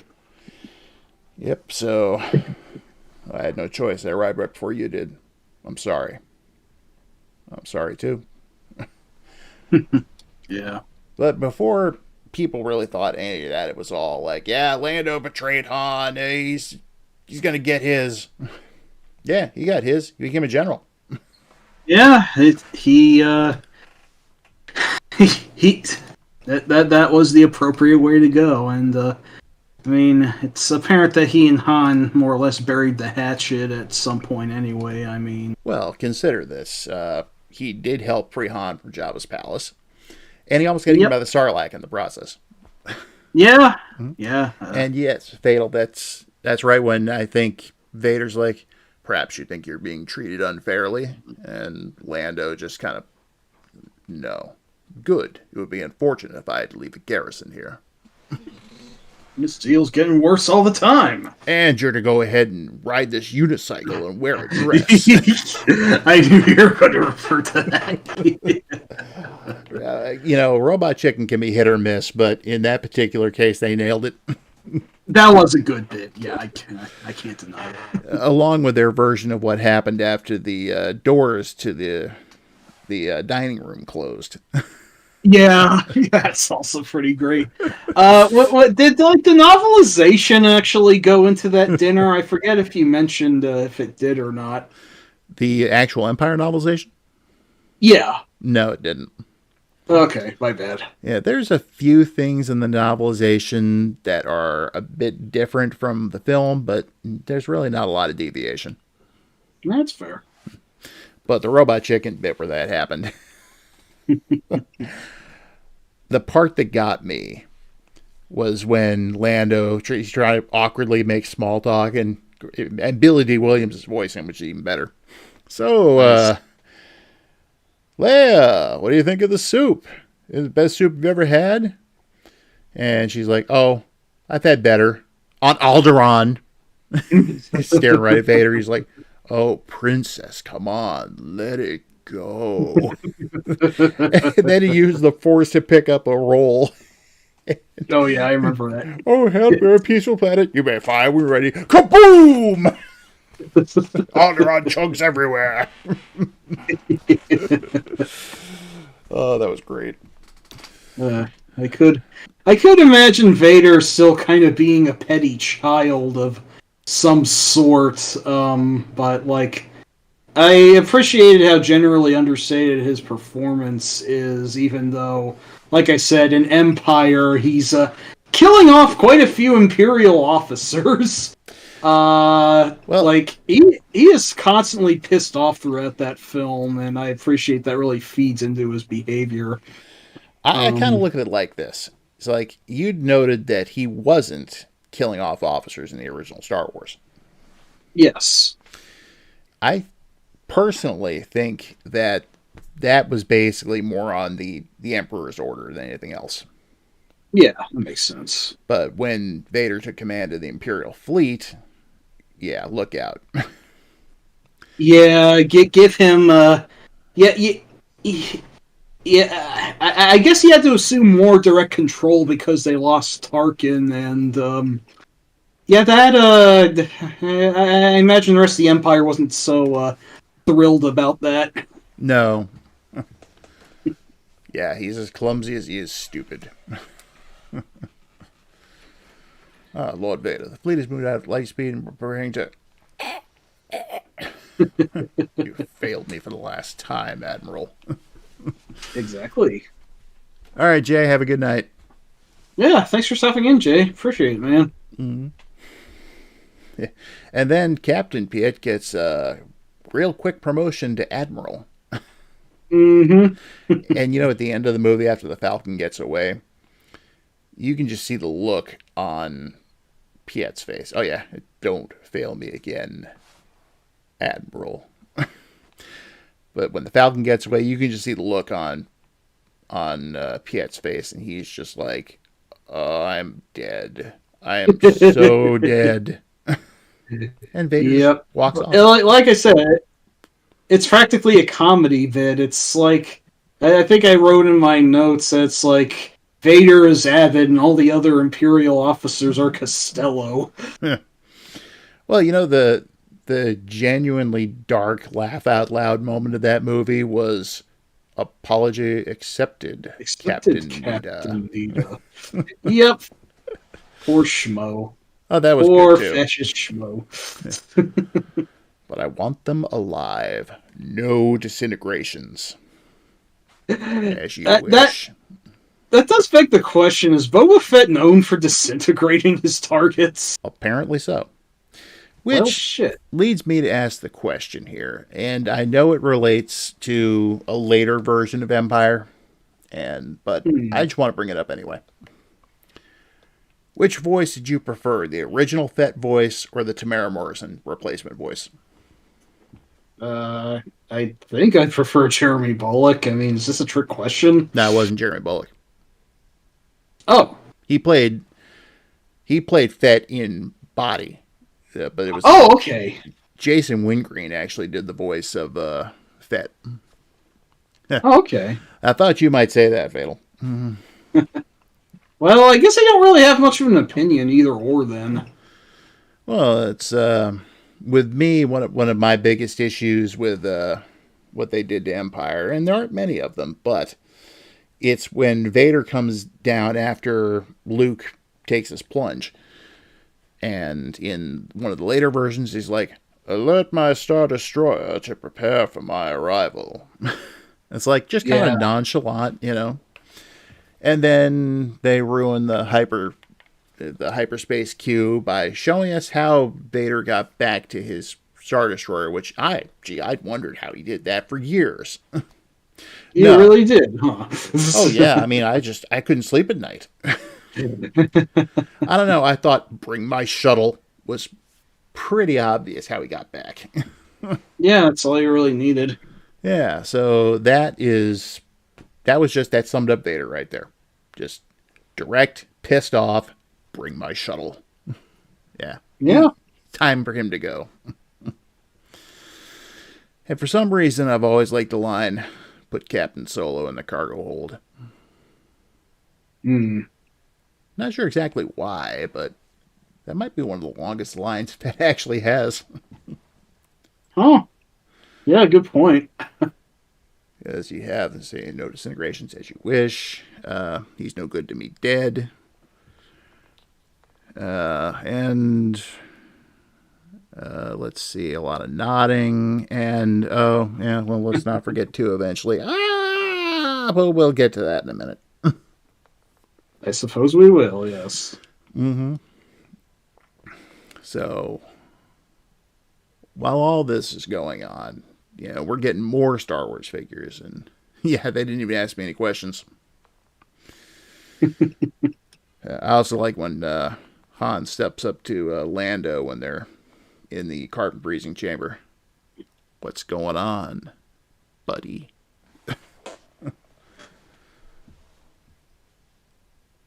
Yeah, that's a good question, Snarb. How could Fett be a good bounty hunter if he disintegrates people? Maybe it just depends on the nature of his contract or whatever. Maybe it was just like a one-time incident that misconstrued people into thinking he was the, quote, disintegration guy. That could be. A lot of reasons Vader could have said that to him. Yep. But I kind of wish we'd seen the rest of the bounty hunters at one point, which technically we saw at least one of them. Even though he was completely inactive. And okay, you remember when Chewie is down fighting the Ugnaughts to get 3PO's parts back? Yes. Yeah, if you look next to the incinerator, you can see exactly, IG-88 trashed. Oh, wow. I didn't realize he got wrecked so quickly. Shit, I like that guy. Well, there's reasons for that were established later on, but we're not counting about those right now. Yeah, that's fair. What's even more interesting is that IG-88's head was a reuse of a part from the cantina. Oh, wow. That's pretty neat. If you look behind the bar, you'll see a couple IG-88 heads. I guess they're supposed to be drink dispensers or something. Neat. But yeah, I would have liked to seen Bosk and Dengar and Zuckuss and 4LOM again. It was just like, that's one thing I've appreciated about the original Star Wars trilogy. It wasn't just Rebels versus Empire. There was the criminal element aspect of it, too. Yes, exactly. Wretched hive of scum and villainy being that it is. It's like Han Solo basically gave us... we're not talking about that, Sharon. That's way too far in the future. Way too far, yeah, unfortunately. Yeah. But, Han gave us a look at what was going on outside the whole Rebels versus Empire thing. The underworld, such as it was. Mm-hmm. Crime bosses, bounty hunters, smuggling. So, anyway, yeah. But all in all, that was when I entered, my Star Wars days. And then the years slowly passed. And finally, Return of the Jedi was coming out. Nice. Every boy I knew in school was super excited about it. That's a fair reaction. Almost, without question, they were super enthused, as was I. And I know the movie had been out a couple of weeks before we went to go see it. One of the guys in my school actually had the comic adaptation, which I flipped through real quick. The whole idea of spoilers and whatnot didn't even enter my head at the time. But it wasn't enough. When I finally saw the movie, I think back on that comic adaptation, it's like, well, I was wrong about that, wasn't I? And that's what you get for taking things out of context. But yeah. But before we get into Jedi, to conclude, Empire had the better ending. Here we go. He's doing the thing. Go ahead, Mike. Why don't you take the next bit? Blasphemy. Empire had the better ending. Look, Luke gets his hand cut off, finds Darth Vader as his father. Han Solo gets frozen in carbonite, gets taken away by Boba Fett. It ends on such a down note. It's what life is, a series of down endings. All Jedi have is a bunch of Muppets. A bunch of Muppets. And granted, they're mostly confined to the first part of the movie, but yes, that was Jabba's palace. And I know Lucas wanted it to be a bigger and, just more extravagant version of the cantina. So I'd say in that regard, he succeeded. Yeah, for better or worse, I would say I would agree to that sentiment. But I want to preface this with a couple of things. In my personal opinion, this is where Star Wars started to go off the rails. Mm-hmm. And it kind of set the stage for a lot of things that came later that we don't need to go into. For better or worse, yeah. It also was the first movie he made. I'd prefer not to because I absolutely hate that. But I will just say I totally agree. It did. It took my least favorite movie out of the trilogy and made it even worse. Yeah. Yeah. Snarb. Well, of course it does. It's an inconclusive ending because it's the middle part of a trilogy. Yeah, henceforth, and there we go. Don't even bring that up, Fatal. Please don't bring that up. That is probably my most hated scene out of the special edition. Yeah, I'm not even going to mock around with it. It's just the worst. Yeah. But when it came to Jedi in the first place, there were a few things. No, it's still the better ending. You do realize he's quoting from Clerks, right, Snarf? Just wanted to establish that. Anyway, Lucas was facing a few different things. It was the first movie he did where he was no longer part of the Directors Guild. So, as a result, he couldn't bring in the director he wanted to direct Jedi originally. That was going to be Steven Spielberg. Can you imagine a Spielberg-helmed Jedi? That would have been nuts. That would have been neat. I mean, that was Spielberg at the top of his game right there. Yeah, they're coming right off the heels of Raiders, no less. And then E.T. the following year. That's a good point, yeah. Shit, what was he working on instead at the time? Well, let's see. When Jedi actually released in 83, he was probably knee-deep in production for Indiana Jones and the Temple of Doom. Fair.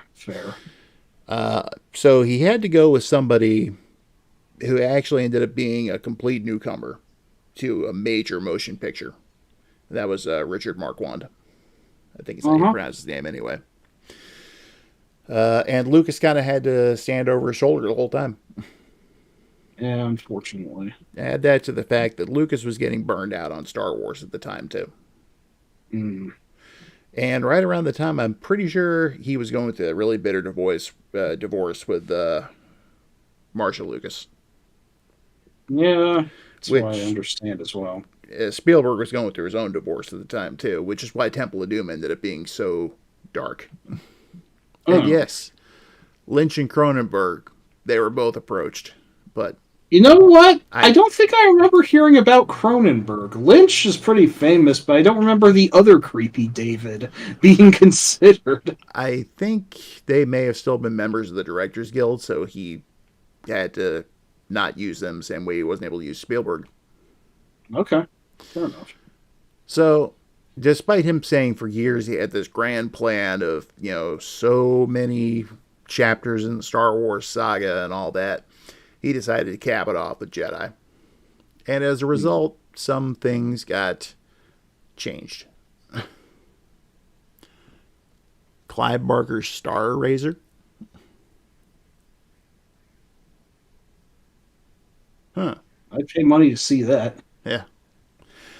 But up until the 11th hour, Luke and Leia were still not related. Yep, there is that matter to denote as well, yes. Mm-hmm. Ford still wanted Han Solo to die. Apparently, Lando was supposed to buy it. Oh, Jesus. Mm-hmm. That would have But sucked. ultimately, Lucas talked himself out of doing the Lando thing and Ford out of Han because how did Ford put it at one point? There's no money in dead Han toys. So it is, and so it goes. Yep. And basically, what he did was he took the entire trilogy and wrapped it up with a nice little red bow. For better or worse, once again, I gotta quit saying that phrase, but I'm not sure how better to put it. That's okay, Mike.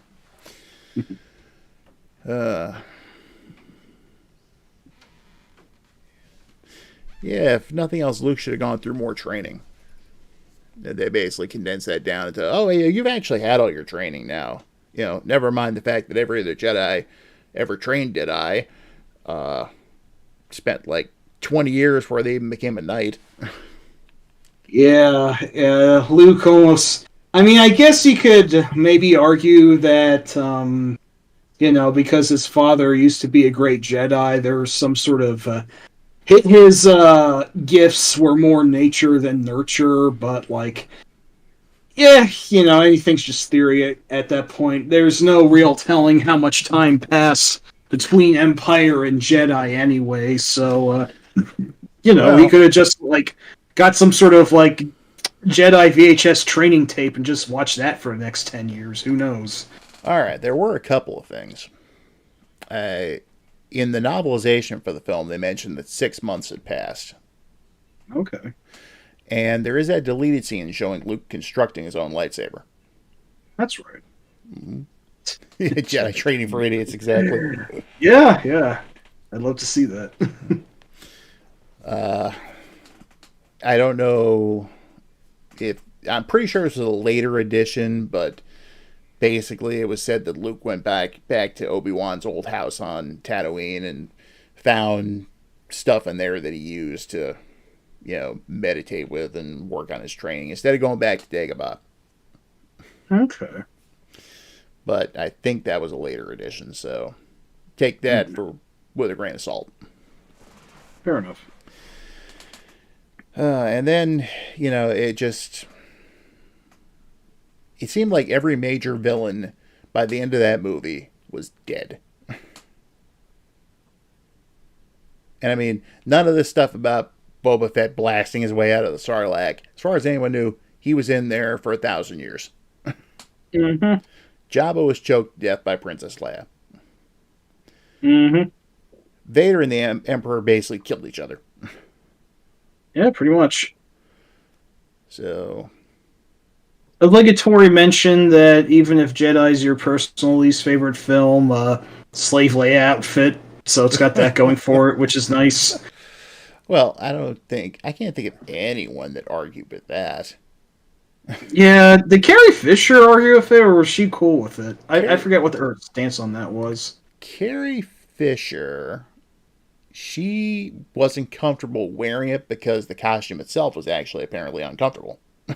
Oh, I'll be damned. But I know later on there was like some complaint about being a Slave Leia action figure out there.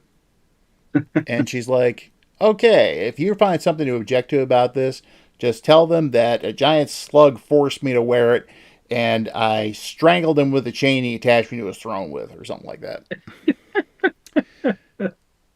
Nice. Yeah, Revenge of the Jedi, that was a Lucas change because he just decided that Jedi don't take revenge. Mm-hmm. Although I should mention Yeah. that part where Luke early on pulls the dark side maneuver of the force choke on those pig Gamorrean guards out in front, so that's something. Well, like I said, according to novelization, Fatal was at least 6 months, or at least 6 months Tatooine time. So who knows how much time passed in the rest of the galaxy. Oh, yes, we do have to talk about the Ewoks. Once again, for better or worse, God, that's all I've ever said for like the past like a half hour here. Now, there is actually a little bit of something that predates the Ewok hatred. Oh, C-3PO hatred. that doesn't surprise me. I think that I remember reading some people thought he was particularly obnoxious in Empire, like all he just did was whine about everything and tell Han the odds, which he never wanted to hear. So Never tell me the odds. exactly. You know, I was thinking about that bit about the Rock Fatal. I was always under the impression that was actually a skull that he threw. Oh yeah. And Snarb, I have to admit, I've never cared for the concept of the Gray Jedi. It Oh just really now? never sat well with me. And it's completely a fan thing at that, so. Fair bingus. Yeah, so. Yeah. But yeah, the Rancor, that was an interesting thing because it wasn't an evil creature. It was just doing what came naturally. Yeah, and his trainer afterward was just crying over his deceased buddy there, Yeah, it which was like his dog just got killed. yeah, pretty much. On the other hand, he did kill that hot Twilight girl, so like, what am I supposed to feel? I want to bring her up for a sec. Yeah, sure. This is strictly about the actress herself. Oh. When they were doing the unfortunate special edition of Jedi, Yes. they extended and completely ruined the original dance number, but they brought her back to play Ula because Oh, wow. there were scenes showing her down in the Rancor pit. Okay. They had her old costumes from 1982, 83. Oh, wow, that's bonkers. And they're like, well, let's see, we'll probably have to alter these. She tried them on, she fit.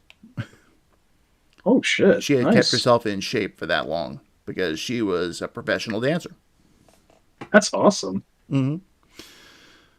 So, yeah.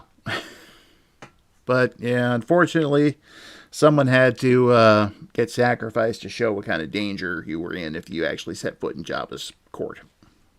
Yeah, it's interesting to think that Jabba was pretty much just a more alien take on Baron Harkonnen. At least if you're running on the assumption that Star Wars does borrow some matters from Dune, so to speak, which I remember hearing at some point. I forget how substantiated those rumors were, but yeah. Well, whole desert thing, plus they mentioned spice. Oh, they did? I don't remember that part. Well, actually, I'm not 100% sure if it was mentioned in the movies, but it was definitely mentioned in a couple of the novels at the time. Now, the novels are a whole different ballgame we haven't even gotten into. Oh yeah, no kidding. I unfortunately haven't read any, so I'd be kind of useless talking about those, but I would like to hear about them if you have some interesting bits to relate. But I guess we should talk a bit more about Jedi first. Yeah. Yeah, he's kind of... Jabba's like the Lao Che of Star Wars. Oh, that's a good point. Which fits because Lao Che's home base is in Club Obi-Wan. Yeah, there's that too. Come on, if you didn't think we were going to throw some Indiana Jones references in, you're nuts. I mean, I thought we did already. I forgot to what extent, though. We thrown a few in. But yeah, Yep. I don't know how much Lucas borrowed from Kurosawa for Empire and Jedi, but he definitely borrowed a shit ton for Star Wars. Yep. But yeah, Jedi, everything gets wrapped up in a nice red bow. Oh, Luke and Leia are brother and sister, which means Han can hook up with Leia now. And, oh, everyone who was a villain is dead, and the Death Star was destroyed, and the Empire is on its way out. So let's have an Ewok celebration. Yub nub. Such as it was. I was never a huge fan of the Ewok song. I know that's blasphemy, according to some Star Wars fans. Yeah, well. But, it was... Okay. I did like the fact that we got to see Anakin finally. That was a very nice touch, yes. How he appeared as a Force ghost at the end. Mhm. The teddy bear luau. There are two things of total goofiness in Jedi that I wrote in my notes. There's one point where Chewbacca does an actual Tarzan yell when he swings on a vine. I completely fucking forgot about that. I was like, what the fuck? This actually happened when I got back to it when I was honestly, I just think they for... just threw that in as just kind of a joke.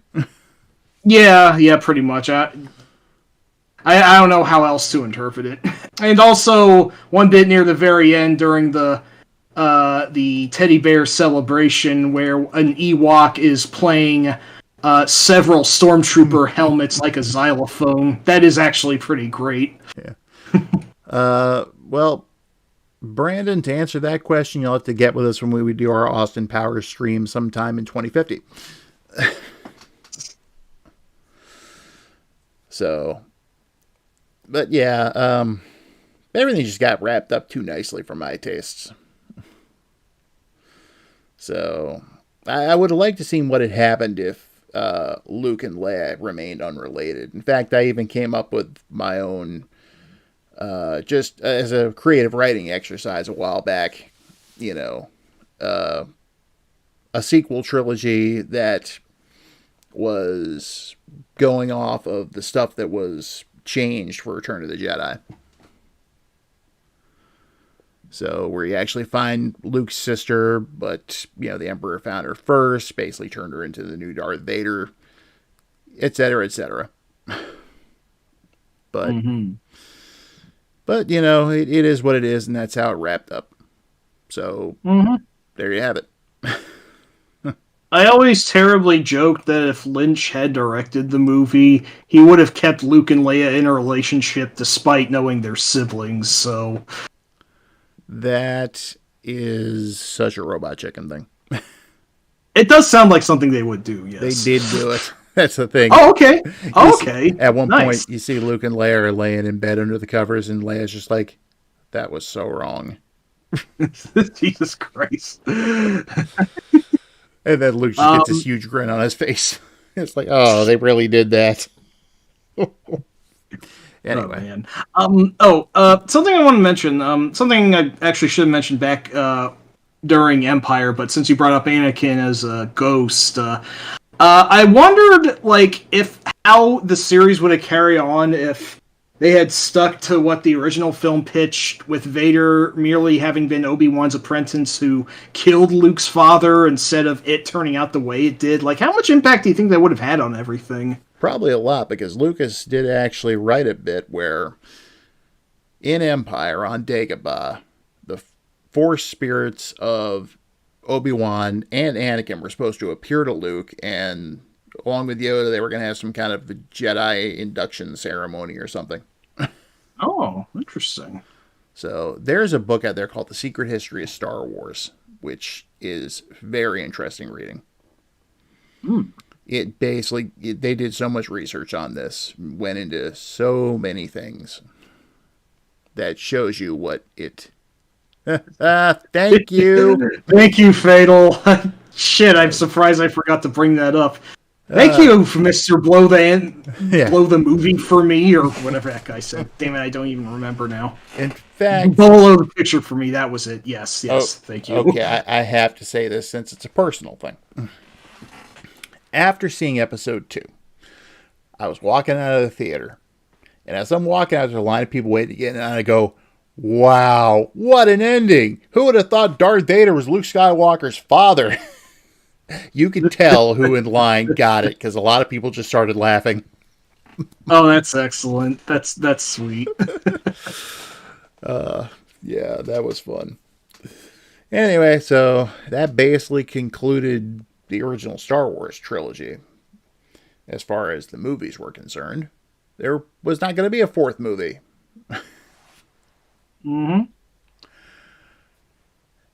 Yeah, it's possible. Well, on the other hand, Vader lying would have been perfectly in character. Yeah, I mean, He's evil. Why are we supposed to trust him? Exactly. Then again, we're talking about Lucas changing a lot of other things to, match with how he felt later on with life. Not going there. Anyway, let's take a couple steps back and go back into the novels. All right. Lucas had a backup plan if the original Star Wars wasn't a huge success. He Yes. had another sequel written. And when it Oh. became obvious that he could go on with his original plan and do The Empire Strikes Back, this sequel did see the light of day, but it saw the light of day as a book. It was called Splinter of the Mind's Eye. Oh, interesting. And what happened is, first of all, no Han and Chewie. Mm. And I'm thinking that's because he probably figured he could do like a low budget sequel and probably wouldn't be able to get Harrison Ford back for it. Yeah, it's pragmatic enough. So the whole thing is Luke and Leia and R2 and 3PO go on this mission to a planet that actually was later retconned into quote unquote official canon. Oh. Yeah, in the movie Solo. But Oh, okay. ironically enough. Yeah. And That's fair. while they're there, they find out about this thing called a kyber crystal, which is supposed to like amplify the force or something like that. That's right. That's the thing that's like that generates the actual lightsaber laser or whatever. That was a later retcon. Okay. Yeah, this thing was just supposed to be like a mystical artifact or something. Gotcha. Thing is, the Empire has a presence on the planet, and eventually, when they find out that Luke Skywalker is there, the kid who destroyed the Death Star, Vader comes in for him, and he and Luke actually fought for the first time in this novel. Oh, wow. And at the end, I mean, Luke at one point he's no mention of "you're my son" or anything like that, but he still kind of gives the whole Obi-Wan trained you well and all that, and he's injured Leia at this point, and Luke, I know at one point he's like, "I am Obi-Wan," and then he knocks Vader down a bottomless pit. Oh. Yeah. Okay then. And then at the end, they all leave the planet, and it's been years since I've read the book, but that much I remember. That sounds a little anticlimactic. Yeah, well, it was just supposed to be a low-budget sequel, nothing more, nothing less. Yeah, I forget. I think it was Beyond the Planet of the Apes. That was the second movie that was much lower budget and much less better received than the first. So I guess that's what they were going for there. Maybe, I don't know. Well, at least, Luke didn't see the Statue of Liberty and start pounding his fist on the ground and going, "You maniacs! You blew it up!" I got another dumb idea for you. When Vader fell down that pit, he screamed like Bela Lugosi from White Zombie. Every movie needs to include that scene. It wouldn't hurt. It would only help. I'm sure. Yeah, that is interesting. Sorry that they never did. But I know I did read a later expanded universe story that actually dealt with horror. Oh, what's that? 2 words: zombie stormtroopers. I'm surprised I've never heard that concept before. Like, it feels like such an easy get. Yeah, I know, right? Well, if it helps, they did make Splinter of the Mind's Eye into a comic book miniseries. I think Dark Horse published it because they had the rights at the time. Speaking of comics, I did have a subscription to the Marvel comics in the 80s. Oh, nice. And that really went off the rails in a lot of cases. Yeah. Yeah, I'm sure it did. Yes, let's talk about Jackson, shall we? Jackson, you say? Jaxxon, a.k.a. Prototype Bucky O'Hare. The fuck? Yes, there was a Green Rabbit Man who appeared in Marvel Star Wars comics years before Bucky O'Hare made his own appearance as part of his own thing. The hell? And if I remember correctly, he appeared with other characters like Don Juan Kenobi and etc. Okay, then. Someone that Han and Chewie got mixed up with. I know that much. Huh. I'll be doodle bugged. Yeah, the entire Marvel run of Star Wars is something, and Sounds special, yeah. they have to keep changing every time a new movie came out just to account for what happened. Yeah. So, but yeah, I think I had a year's subscription for a time, and I remember one issue in particular where Luke and a squadron flying stolen TIE fighters had to go inside some kind of a space cyclone or something to destroy an Imperial base, and supposedly Luke murdered one of his fellow pilots going down, but it was all set up.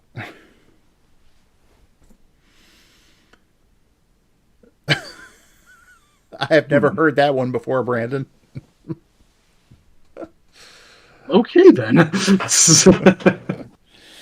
Anyway, to make up for the lack of Han Solo in Splinter of the Mind's Eye, the author Brian Daley actually came up with an entire trilogy of Han Solo-based novels. Oh, nice. There was Han Solo at Star's End, Han Solo and the something something, and Han Solo and the Cursed Legacy. Now, the interesting thing was these did not really take place inside the Empire as it stood, nor was it in the Outer Rim. It was in a place they called the Corporate Sector. Huh. And they also had these two droids along for the ride. Bollocks and Bluemax. Bollocks? Really? Yeah, really. Bollocks? No, not like the Sex Pistols, Bollocks, no.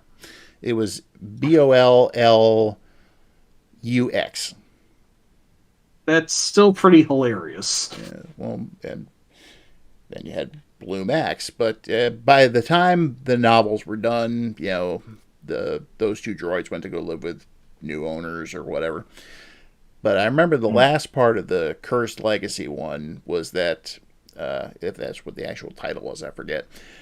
Han saying to Chewie, "Yeah, let's just go, back into, wherever, and, Jabba the Hutt's looking for help." Really?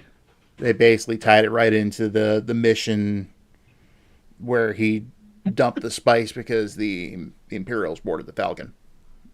Well, shit. Nice way to lead it up to the original movie, though. Yeah, definitely. And then... So weird, though. So I wish I could remember what the name of the middle book was, but it's just not coming to me. Maybe I could look it up for you. Who's the author again? Brian Daley. Okay. Brian Daley. You could probably just look up Han Solo at Star's End and you'd find the whole thing. The Han Solo Adventures. Seems the second one was Han Solo's Revenge. That's it.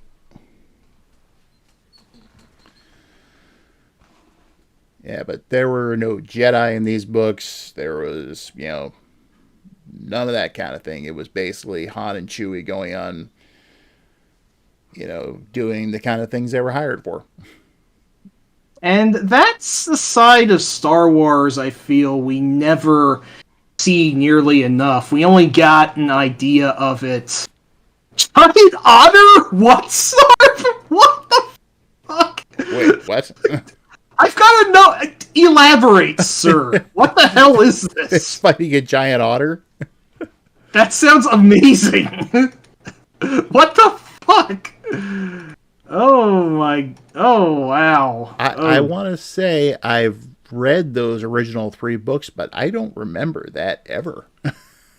Now, holy shit. There was another Han Solo trilogy that came out in the 90s. It was another book trilogy. That might have been it. But I do not remember him ever fist fighting a giant otter in the original 3 books. I would pay money. I would pay money to experience that somehow. That sounds incredible. Apparently, they were pretty big sellers. And cool. As a result, the next character to get his own trilogy of books was Lando. Yeah. Henceforth. which took place before he lost the Falcon to Han.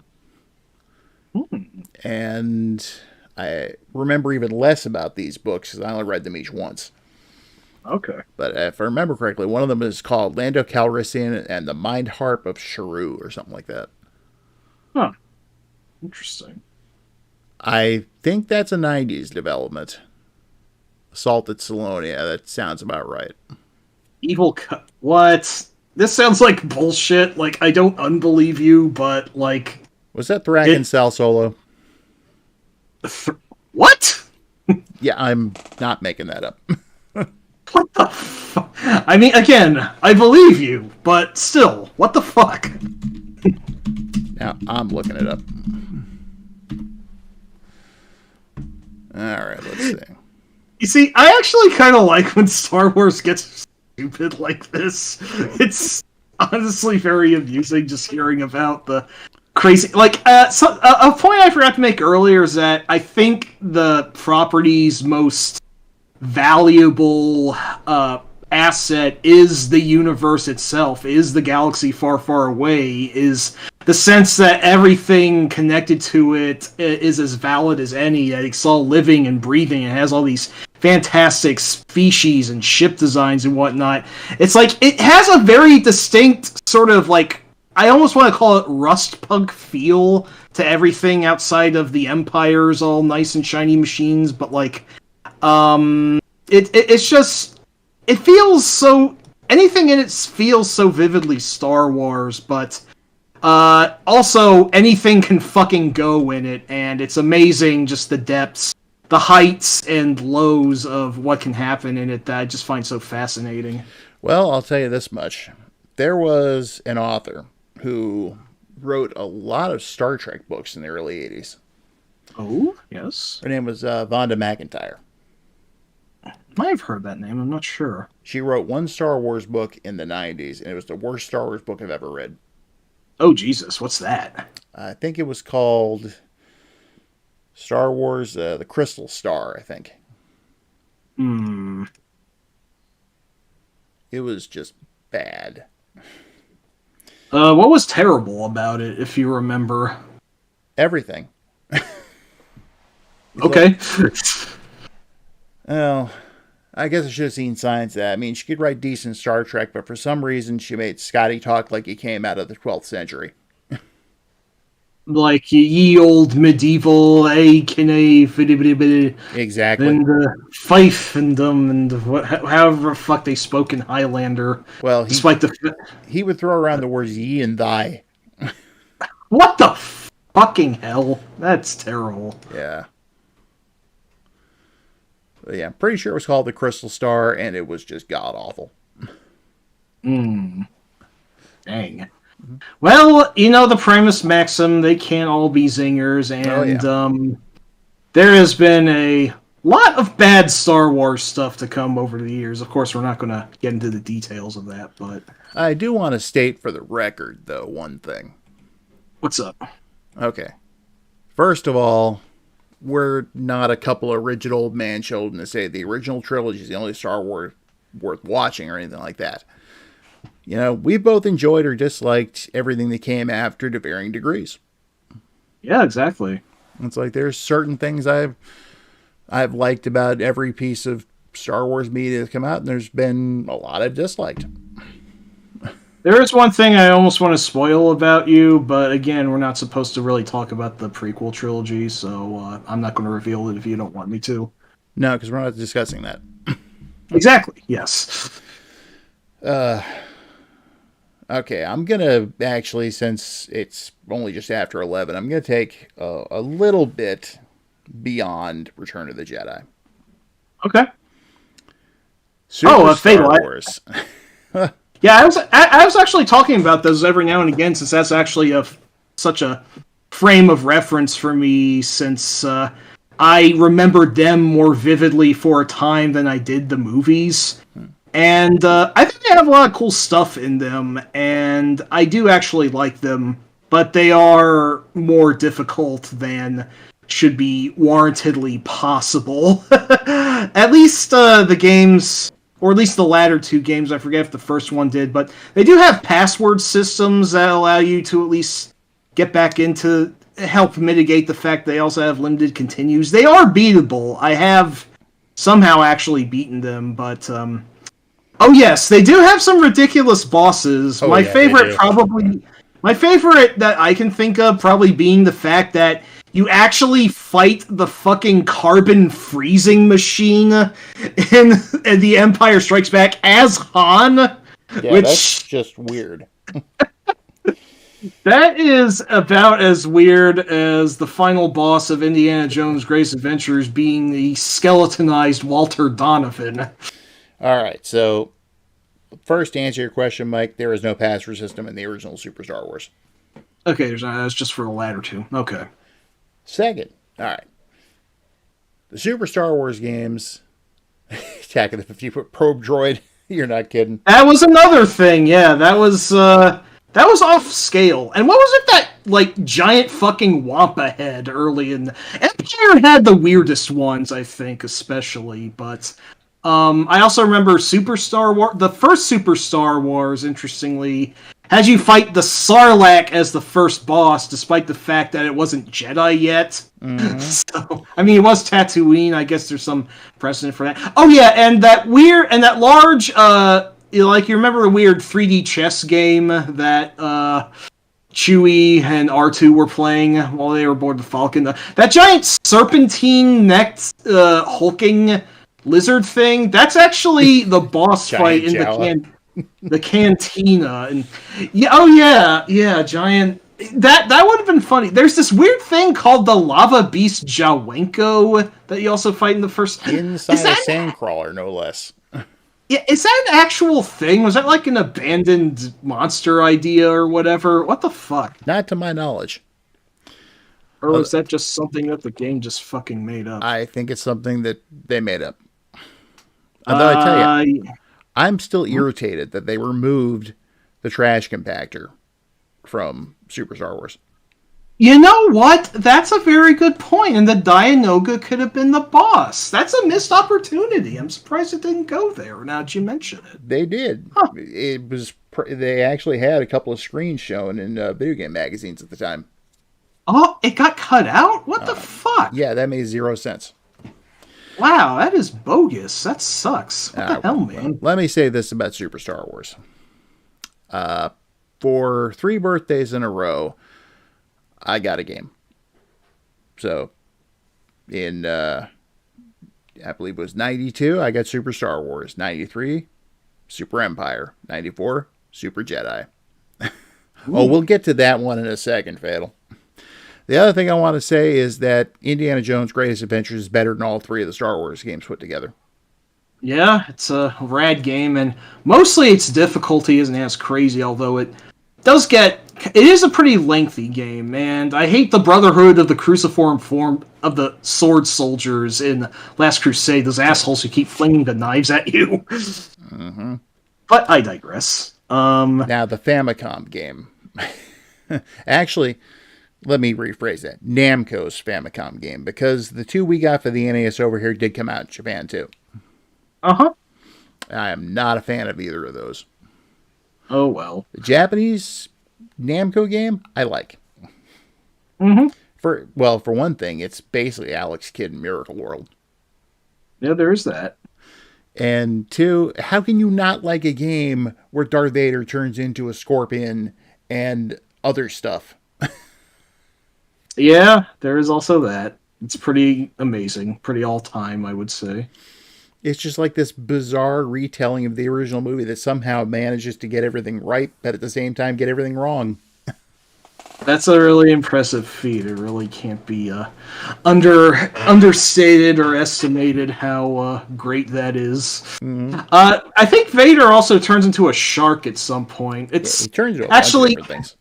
Yeah, it actually reminds me of how, like, in Super Mario Brothers, if you pelt Bowser with a bunch of fireballs, he just turns out to have been an enemy just turned into Bowser, like a Goomba or a Buzzy Beetle or what have you.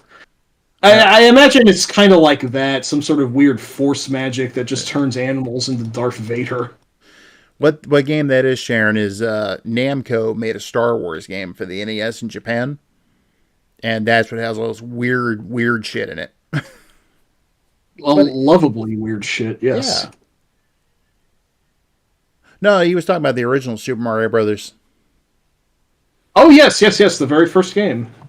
Yeah, Good old single horn-headed Bowser back then. I always thought that Super Mario Land on the Game Boy was very interesting. It's a really fucking weird game, and I like it because of how weird it is. Mm-hmm. But let's see. Now, okay. Yeah, exactly. Now, I will say one thing.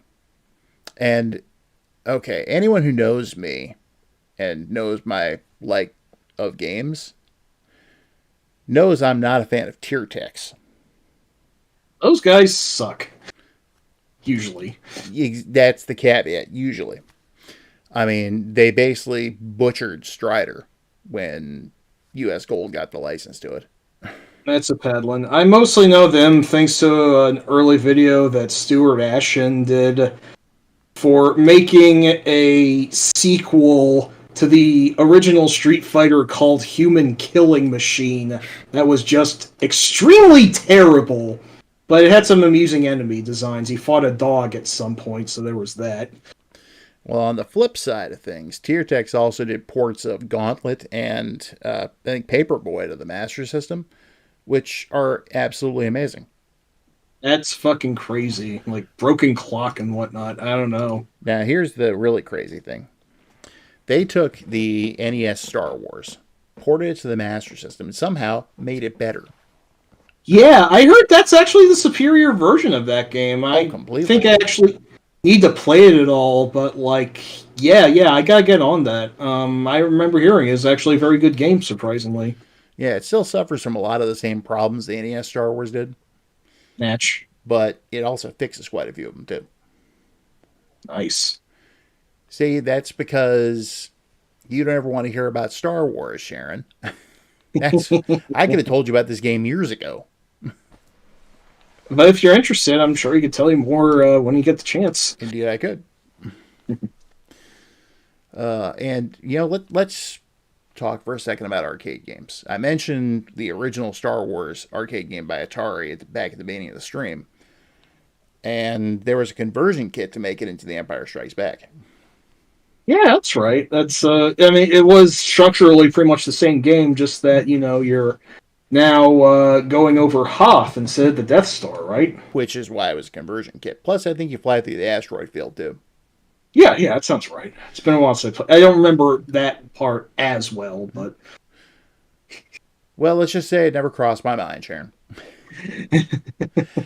And so, both of those are vector graphic based games. So, they're really cool looking. And then, for some reason, right about 84 or so, Atari released Return of the Jedi, which was, from a 3/4 overhead perspective like Zaxxon, and frustratingly difficult to control. Yeah, I didn't like that one as much, unfortunately. Yeah, it looks pretty cool. And there's some neat bits, like at the beginning when you're on the speeder bikes on Endor. It's like Leia takes off, you hear Luke, "Wait for me!" As such. But I'd like to play that with better controls. It's been far too long since I played the original arcade game, so I don't even really remember what it controls like in the arcade itself. But trying to play it in MAME or something like that, it just doesn't work. Damn. That's unfortunate. Yeah. Of course, Indiana Jones and the Temple of Doom does, which came out roughly around the same time. So, yeah, it's a trade-off. Yeah, at least. That's a good one.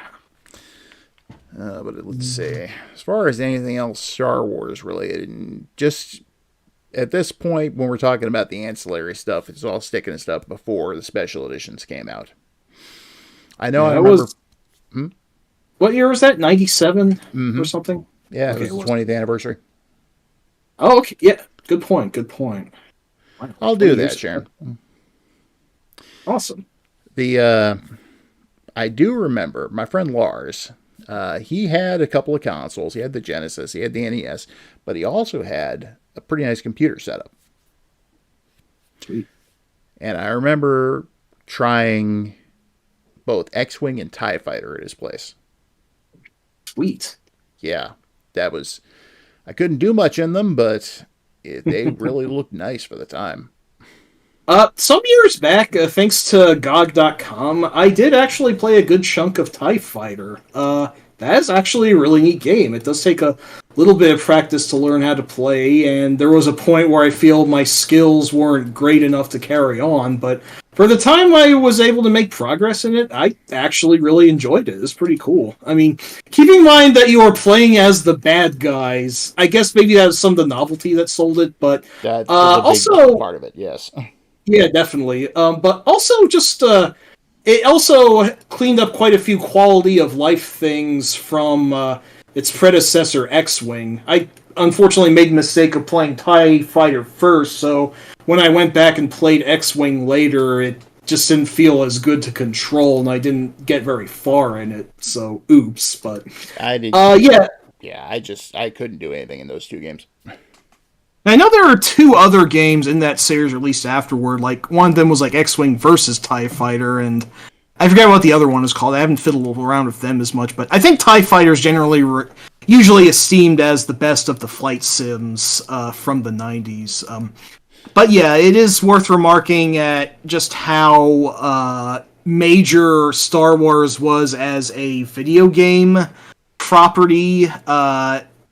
Like, when long after the films had ended, they were getting video games on, like, all the major consoles and on a lot of computers. Of course, LucasArts, having become a major game maker, especially in the 90s, which, you know, I mean, they were working on lots of other stuff outside of Star Wars, like all the graphic adventure games like Monkey Island and Sam and Max and whatnot. But it does also have what might be arguably my favorite Star Wars game, or at least it's really high up there, is Star Wars Dark Forces, where you play as an original character by the name of Kyle Katarn, who more or less is very Han Solo-like, but he does kind of go off on his own story beats eventually. And if I remember correctly, the game itself is basically Star Wars Doom. Pretty much, yes. And except for not great sewer level early in the game, it is just really damn fun. Being into first-person shooters as much as I am, I just think it's really neat, especially, like, you know, one of the main weapons you get to use are the Stormtrooper rifles, and even if they're slightly inaccurate, you get to use them better than those hosers do, and it is notably like the Solo trilogy of novels, a work that is completely free from anything that has to do with Jedis at all. Like, there's just like one or two scenes where Darth Vader briefly appears, and like that's it. There's nothing else Jedi in the game. And I always kind of like that because while I'll never say no to cool Jedi shit happening, undeniably the Jedi, for better or worse, do take like chief precedence in a lot of Star Wars stories, like outside of the films as well. So it's just refreshing to have something that has absolutely no lightsabers or force powers in them whatsoever.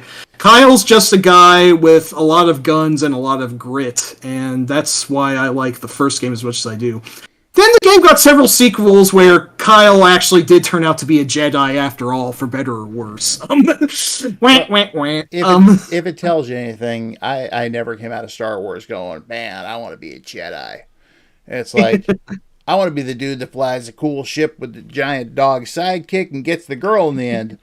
Yeah. Han was, for the most part, a more popular character than Luke. I mean, of course, Luke, popular in his own right though he is, you know, he's more of the relatively straightforward, boring pretty boy, designated main hero. But Han, who admittedly is an asshole, he's the more, like, inherently entertaining character, and,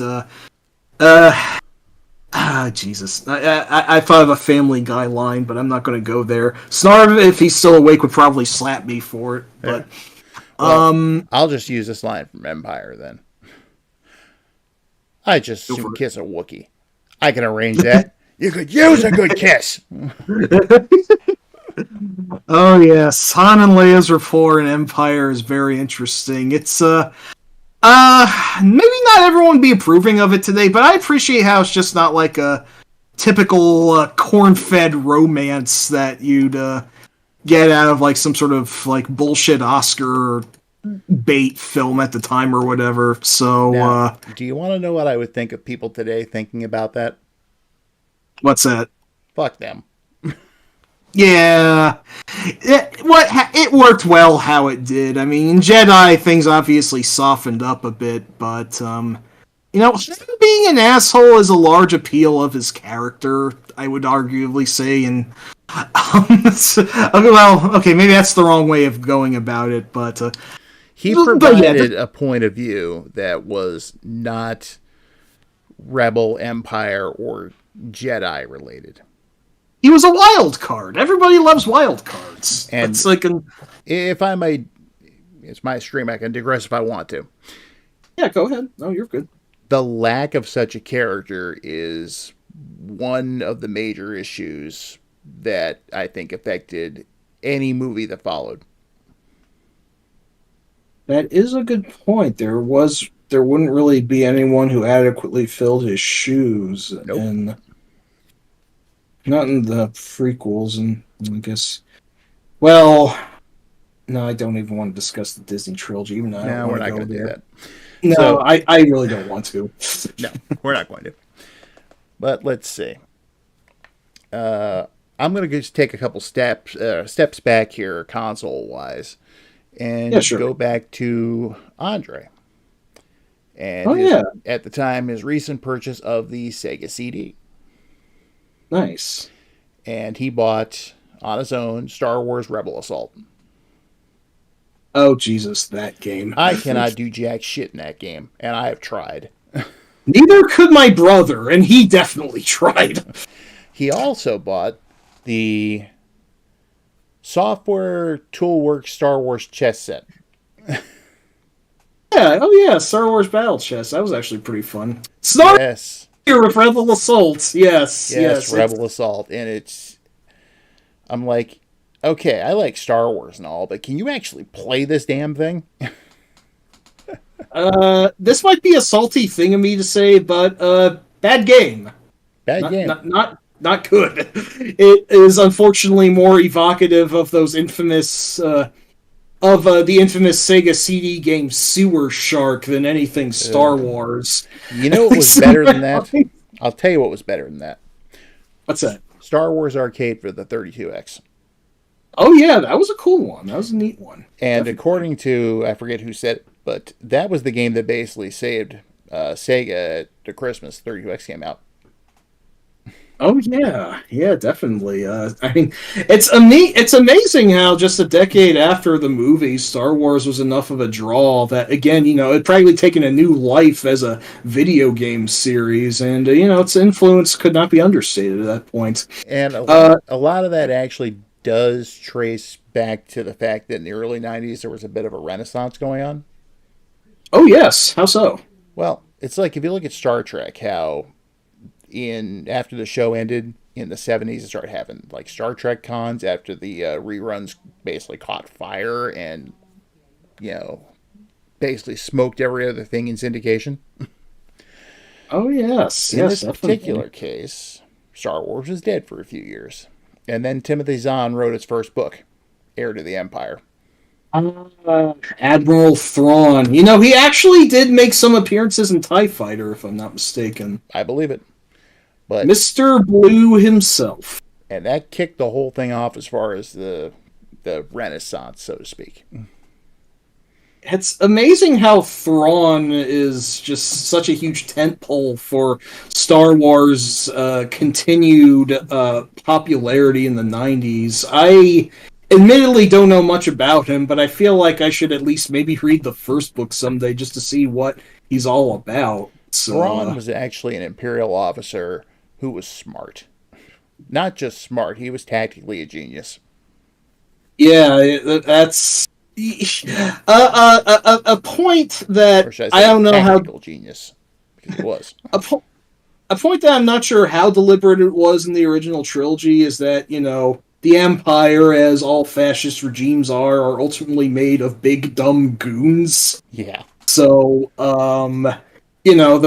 Vader was maybe like at least in the films, among the most competent of them, and even then, he's just killing off officers for the slightest of infractions. It's like, I warped somewhere where I was slightly off where I should have been. I'm going to take full responsibility for his dead.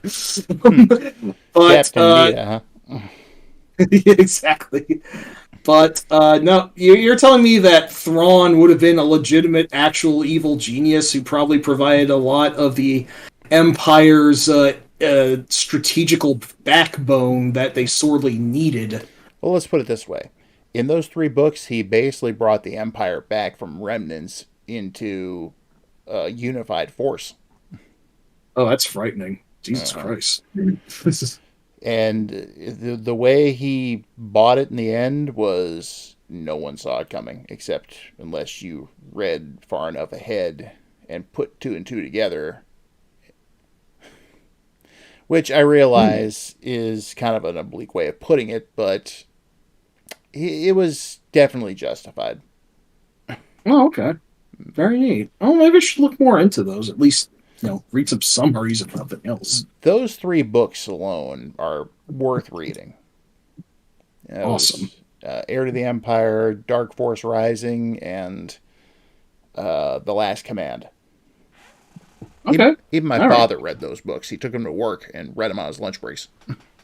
Oh my gosh. Well, I haven't read any legitimate books in a while, so that wouldn't be a bad idea. But on the other side, we also had a new Star Wars arcade game for the first time since like 84. It was Star Wars Arcade. The you mean arcade version, which the 32X one was a port of. Oh, very nice, very nice. Now, Star Wars Trilogy came a few years later. I was going to say, I'm much more familiar with Star Wars Trilogy Arcade. I actually didn't play the first, the 32X based one very much. I didn't get very far in it, but one time I did manage to beat all of the levels in Star Wars Trilogy Arcade, even the 2 bonus levels, which has you fighting Boba Fett and Darth Vader, and I think if you just blew it once, you were done with them, but I was just on a really good streak, and I managed to beat basically everything, and that was just a very, very, very proud moment for me. Really neat game, I gotta say. You know what I found funny about the arcade game / 32X game? What's that? Admiral Akbar's accent. Oh, really now? How so? Watch for enemy fighters. They made him sound like some sort of New York Huff or whatever. I remember the first time I ever played that too. It was in what was the name of that old place? It was one of those big chains in the 90s, like Books A Million or something like that. Aladdin's Castle. It was not Aladdin's Castle. No, I played the I played the 32X one only. I never actually played the arcade game. I played Trilogy Funko? Arcade. Wait, Funko Land. No, this wasn't a game shop. This was like a big chain store that had books and movies and CDs and like a Best Buy, but not a Best Buy. Media Play. It was Media Play. That was it. Oh, wow. I don't think I've ever seen one of those, even back in the day. Oh, they had a couple of 32Xs set up in demo kiosks. Cool. One was running Knuckles Chaotix. The other was running Star Wars Arcade. Guess which one I gravitated towards? Well, to be fair, Knuckles Chaotix is not a great game. Snarb, if you want to opine, go ahead, but I don't know. Well, it was loud enough where you could hear the sound, so I started playing it, and all of a sudden Akbar's like, "Attention all units, prepare to jump the light speed." And it's like, what? Hey, what's the matter you? We almost expect him to start saying, "Hey, I'm walking here! I'm walking here!" Watch for enemy fighters. It's a trap! Hey, what's the deal? It's unbelievable. Oh, what the fuck? He's not Andrew Dice Clay. Shut up. Were you actually doing that? My brain's fucking. I'm going a little loopy at this hour. Admiral Fonzbar. Hey. Hey, exactly. Sit on it, Potsy. No, in fact, if I remember correctly, 32X launched with Doom, Star Wars Arcade, and was it Virtual Racing? Or Virtual Fighter? I don't know. Sit on it, Palpatine. Hey, sit on it, Palpy. I can see this working, actually. That'd be pretty great. What, you mean like Tom Paris and Harry Kim being Dante and Randall on the bridge of Voyager? I think that is one of the greatest ideas I have ever come up with. Yeah. Admiral Fonzbar. It's a trap! And then he just kind of bangs something on the inside of the ship and the shield goes down. Hey! Oh my god. Yeah, we should do something with this. This sounds incredible. Yeah. He comes out wearing a leather jacket over his uniform. Hey, hey Richie. Sir, my name's Giles. Yeah, you're Richie from now on, okay? It's a trap. Yeah, exactly. Boom. Well, it's kind of like what Han Solo did with the Falcon when it wouldn't start up an Empire. Yeah, there you go. It's all connected. Yeah. I could see Han and Fonzbar getting along just fine. And I guess Chewie would be Potsy, or Luke be Potsy. I don't know. Well, here's the thing. Han and Chewie are both too cool to be Potsy or Ralph Mouth. Okay, so then Luke would be Potsy, and C-3PO would be Ralph Mouth. Okay, gotcha. Fon Solo. Now, you don't get much more 70s than that. Holy shit! I can't believe we didn't think of that until just now. Well, you know, Akbar was one talking with a weird accent in the game.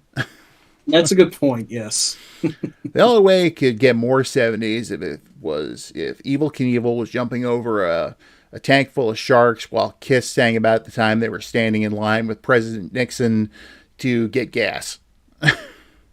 Jesus Christ, then. Yeah, you know, I mean, that's like practically peak 1970s right there. Also, there's a disco theme playing. Yep, might as well. What were we talking about before this? I got sidetracked somewhere in the 70s.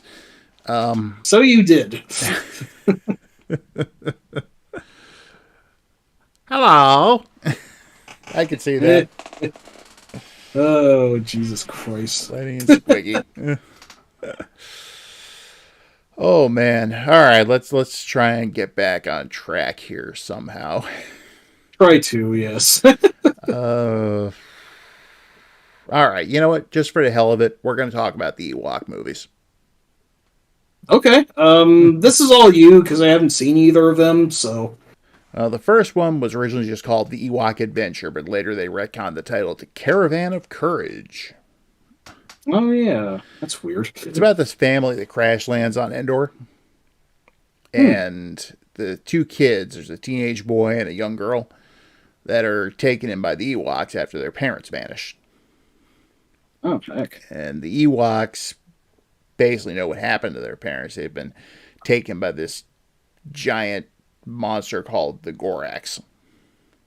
Oh. So dang. They set up this caravan to go get their parents back from the Gorax before he eats them. And I think, I don't remember too much. This was out of the two, this was my least favorite.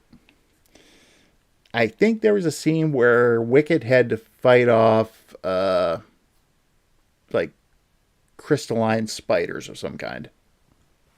That was near the end of the movie. But of course, you know, in the end, they rescued the parents. The Gorax fell over a cliff, and everyone was happy. Nice. And they opened up the battle for Endor with the entire family being killed, with the exception of the girl. Wow, that's an Alien 3-ass move if ever I've heard of that. Well, what happened was apparently there was this group of bandits that also lived on Endor, like out in the desert, and they raided the Ewok village. They killed the parents, they killed the son, and the girl, her name was Sindel. She and Wicket managed to escape. They took a whole bunch of Ewoks with them to go back to the desert fortress. So, somewhere along the way, they encountered this really fast little guy who was kind of Ewok-ish, but he wasn't an Ewok. And his name was Teak, if I remember correctly. And he led them to Mr. Diabetes himself. Wilford Brimley, oh my gosh. Who played an old hermit who apparently he and his friend had gotten a starship and gone out to explore the galaxy. And on their very first run, they crashed on Endor. Bogus. His friend went off to look for a replacement power supply for the ship but never came back. Dang. Anyway, eventually this all leads to them going to the fortress to free the Ewoks. And there's also a witch. A witch in Star Wars, really? Yeah, she has a magic ring and everything. And she basically helps out the leader of the bandits, who is this kind of oldish looking alien guy with a big sword. An actual sword, not a lightsaber. Okay, fair enough. And she tells, well, that's it. They go to rescue Sindel because she gets captured at one point. So, and the witch ends up pointing to a skeleton shackled against the wall and saying that the leader of the band, I think his name was Tarak, he was looking for the power. And she said that this guy came looking for the power and we killed him. So we took the power from your parents' ship. They were basically hunting for an energy core for a starship. So when Wilford Brimley and Wicket showed up, he finally found out what happened to his friend. And they all escaped, and then they had this big battle in the forest outside of Wilford Brimley's house. And in the end, the witch was turned into a raven, and her ring got broken, and somehow it turned Tarak into like a ash statue of himself. Interesting. Well, it turns out the power supply from Sindel's family ship actually worked in Wilford Brimley's ship. I think his name was Noah in the movie. Oh, okay. Fair enough. So he took Sindel with him and they left the Ewoks. And they never specified exactly when this took place in relation to Return of the Jedi. So we don't know if it was before or after? Right. Okay. I do remember the character of Sindel showing up later on in a book, though. Oh, really now? Yeah, she'd grown up and she was some kind of news reporter. Oh, neat. So they were serviceable for movies, basically, just as a kid, still loving Star Wars. It was like, oh, they're doing TV Star Wars movies? Yeah, we're watching these kind of thing. We even recorded them right off of TV. Very nice. But ultimately, they're just kind of there. Yeah. No, I wouldn't expect it to be anything more or less than just kind of there. Oh, that's like the droid and the Ewok cartoons that came out. Oh, yeah. Very short-lived cartoon series on Saturday mornings. Both, I think, ran for one season. You find out that the Ewoks had an arch-enemy tribe called the Dulocs. I have never heard of this before. Yeah, Weird. Look up the Ewoks series sometimes. And the droid series actually took place before the original Star Wars. Okay. And Boba Fett does make an appearance in that. Oh, nice. In fact, and this is interesting as far as the toys are concerned, because every major Rebel fighter got a toy made out of it. You had your X-Wing, had your Y-Wing. When Return of the Jedi came out, they made the B-Wing. That weird thing. I had one of those. That's awesome. Basically, the cockpit of the thing was weighted where no matter which direction you turned the ship, it was always facing upright. That is bonkers. That is awesome. But where was the A-Wing? That's the question. Yeah, yeah, the fragile speedster of the rebel force, Yeah, as it well, were. turns out they released it to go along with the Droids toy line, Oh yeah, which was completely interchangeable with the mainline Star Wars stuff. nice. Speaking of ships that were toys, you notice right next to you there's some Imperial graphics from the Atari Star Wars games. That I do. Yes, The green one there. The it's the Imperial. shuttle. I had one of those too. That Nice, thing was massive. very nice. And the wingspan on that thing must have been at least 3 feet. Crazy.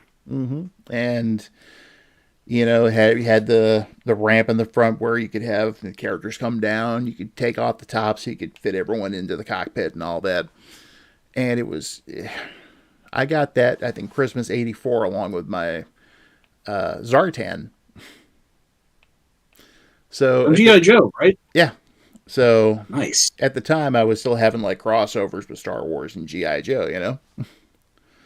So... That is really cool. More than one Zartan had to steal the Imperial shuttle. I don't know, fly casual. Which is still probably one of the best lines from Return of the Jedi. I distinctly remember that one getting a laugh in theaters. Nice. Along with the bit when the party's going out of Jabba's palace and they cut to the exterior shot and that little bullfrog looking dog thing outside eats a rodent or something, and then it just burp. That got some chuckles too. Anyway, it's going on midnight here, so I think we're going to go ahead and wrap things up for now. Yeah, the Lucas burp. Yeah, let's not even bring up the Wilhelm scream. Well, I'm surprised we didn't mention it at all. It's almost practically overplayed at this point, so that's fair. Yeah, that's right. The oh, you're not eating? I had bugs for lunch. Dessert. Chilled monkey brains. Oh, Jesus fucking Christ. All right. You know, it's weird, Snarb. Out of all of the Sonic games that are out, I basically can't stand any of them. But the Master System Sonic is the best one, bar none. But I actually kind of like Knuckles Chaotix. That's really ironic, all things considered. Oh, yeah, I like the weird entries in series sometimes.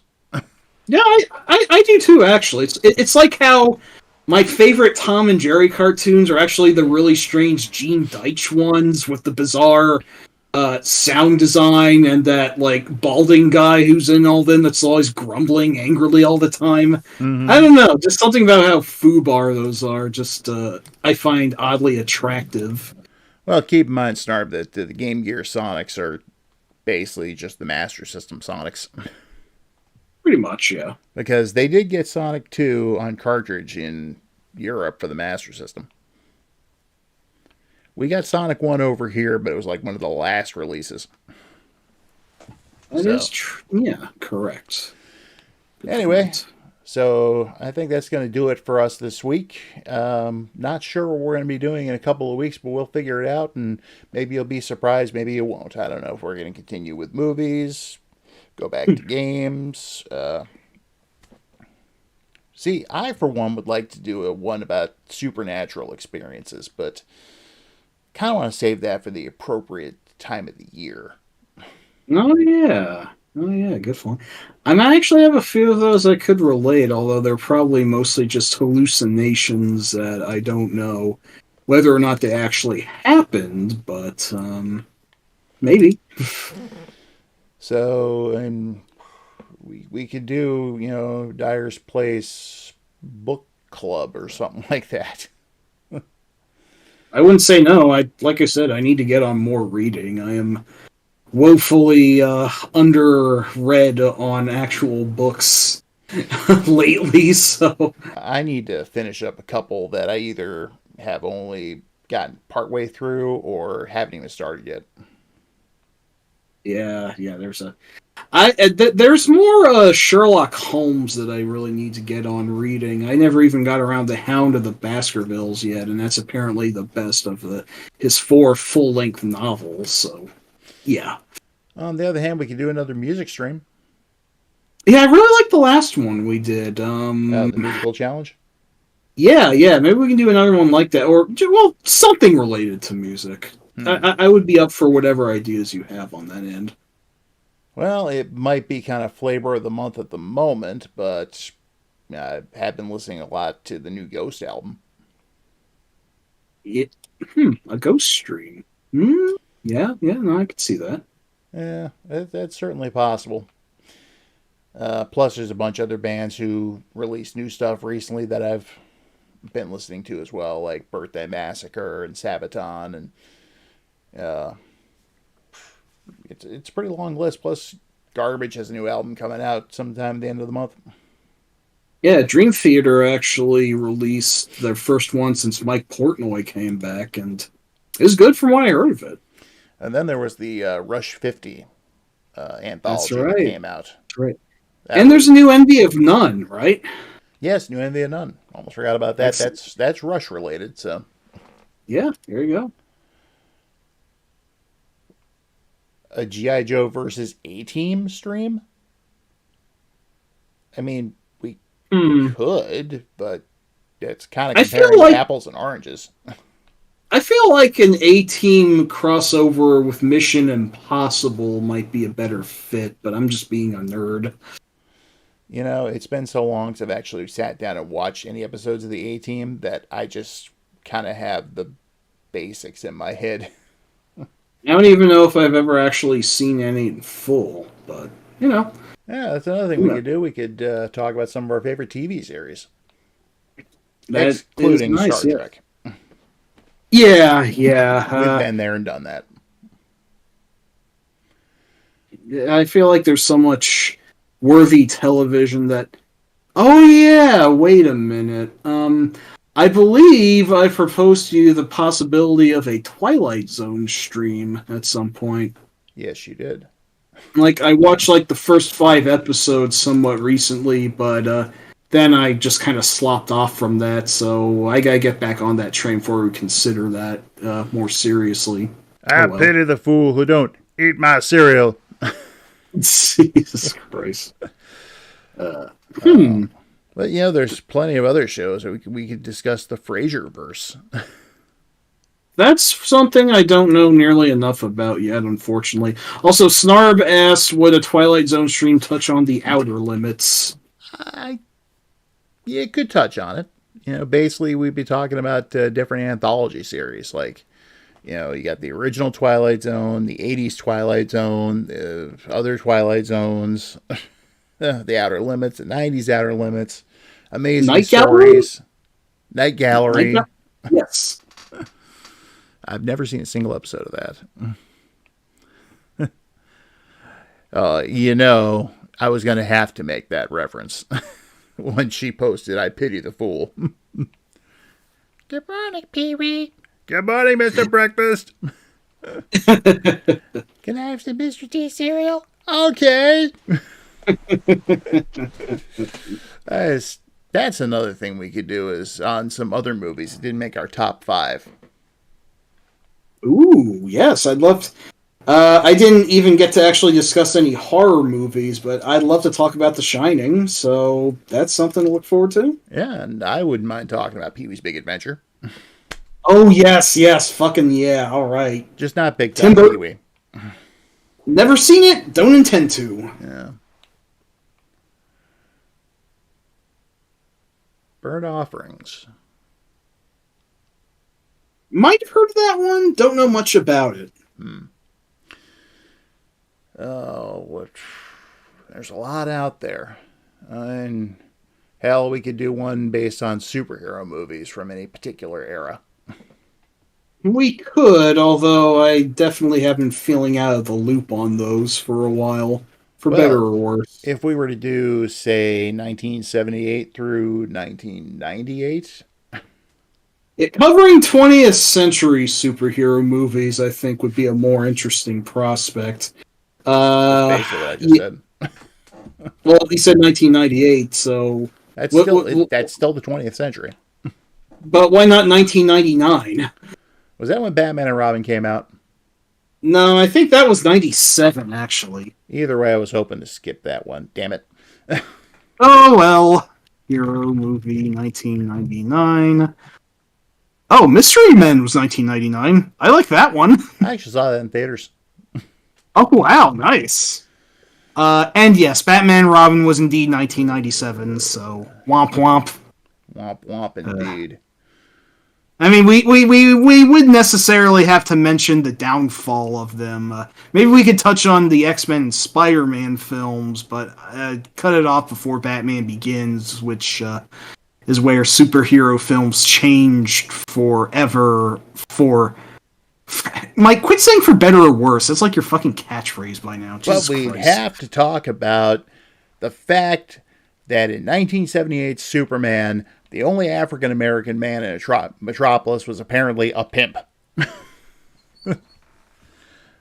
That's unfortunate. I don't remember that bit. Say, Jim, woo! That's a bad outfit.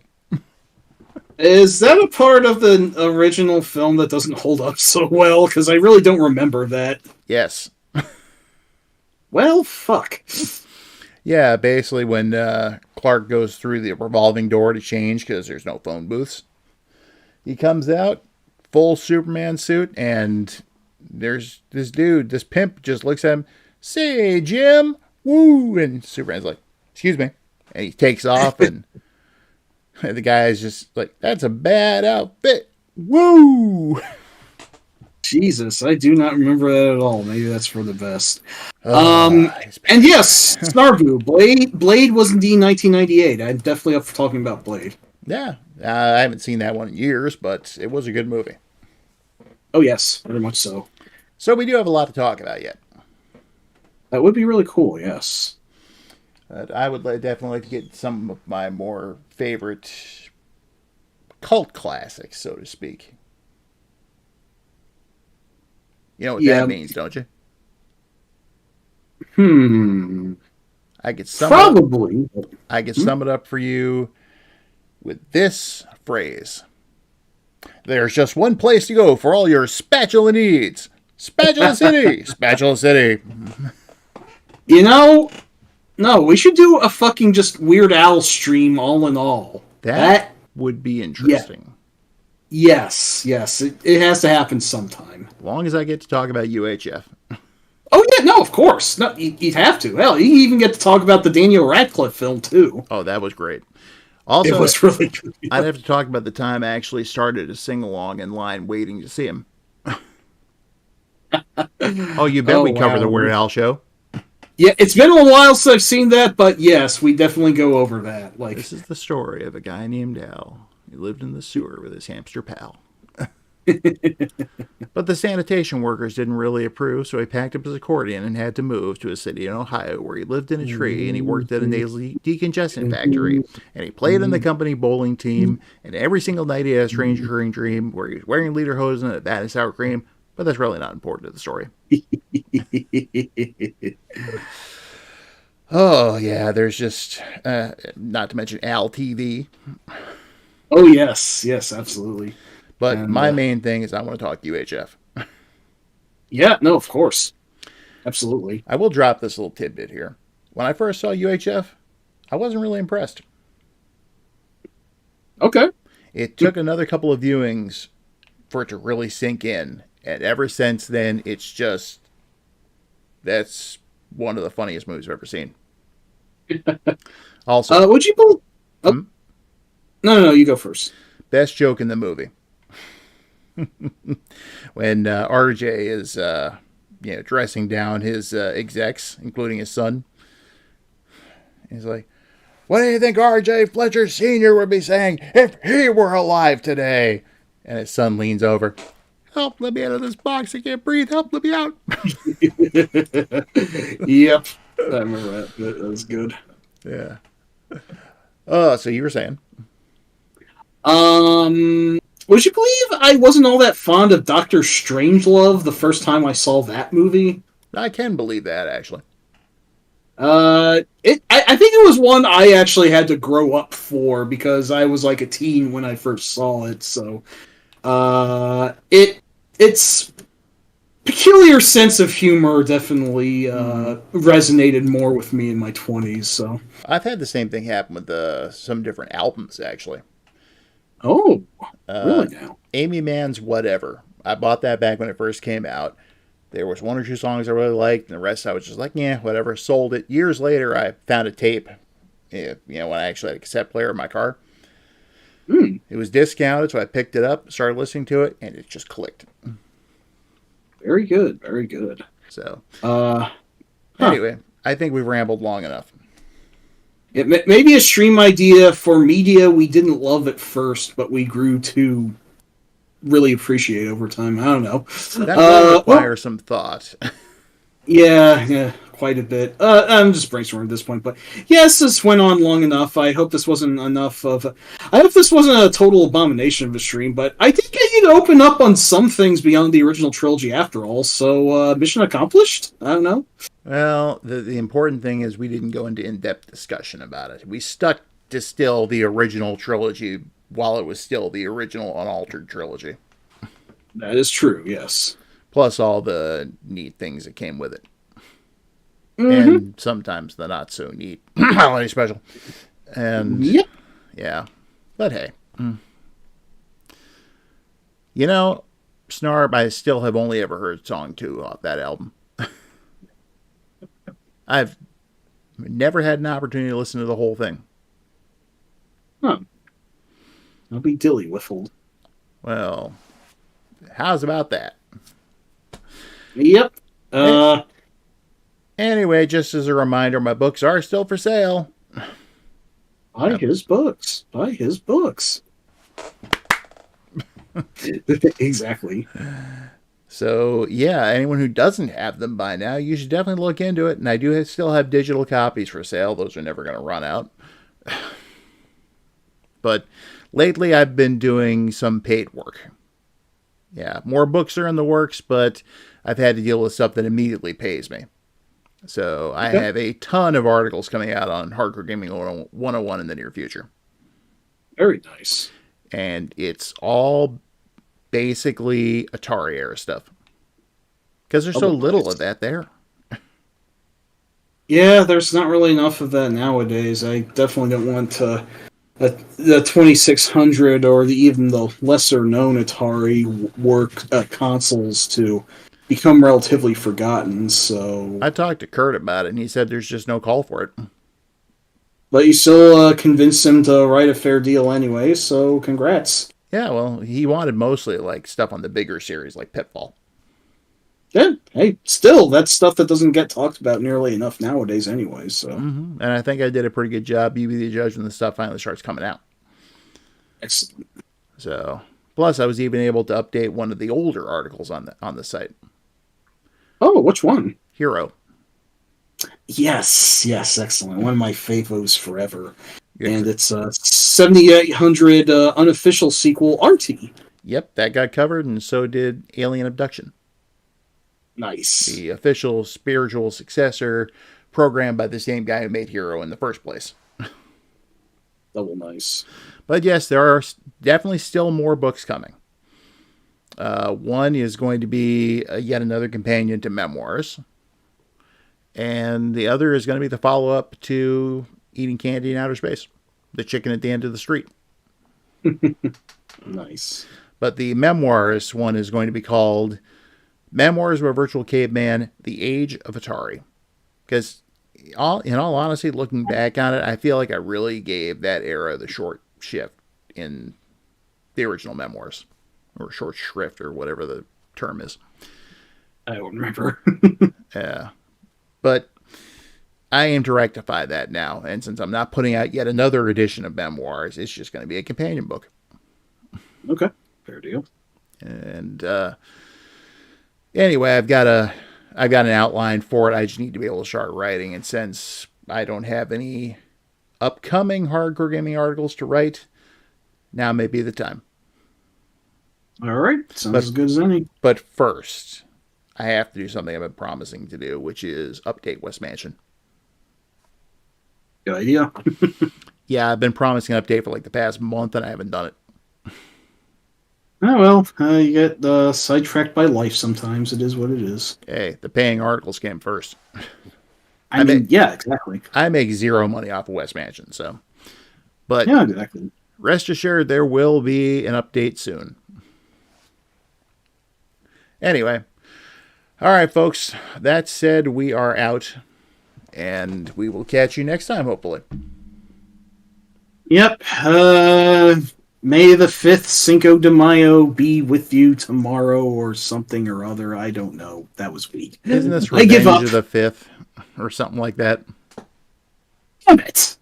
Well, obviously, I obviously can't think of anything at all anymore, so good night, everybody. Everybody have a fun. Enjoy.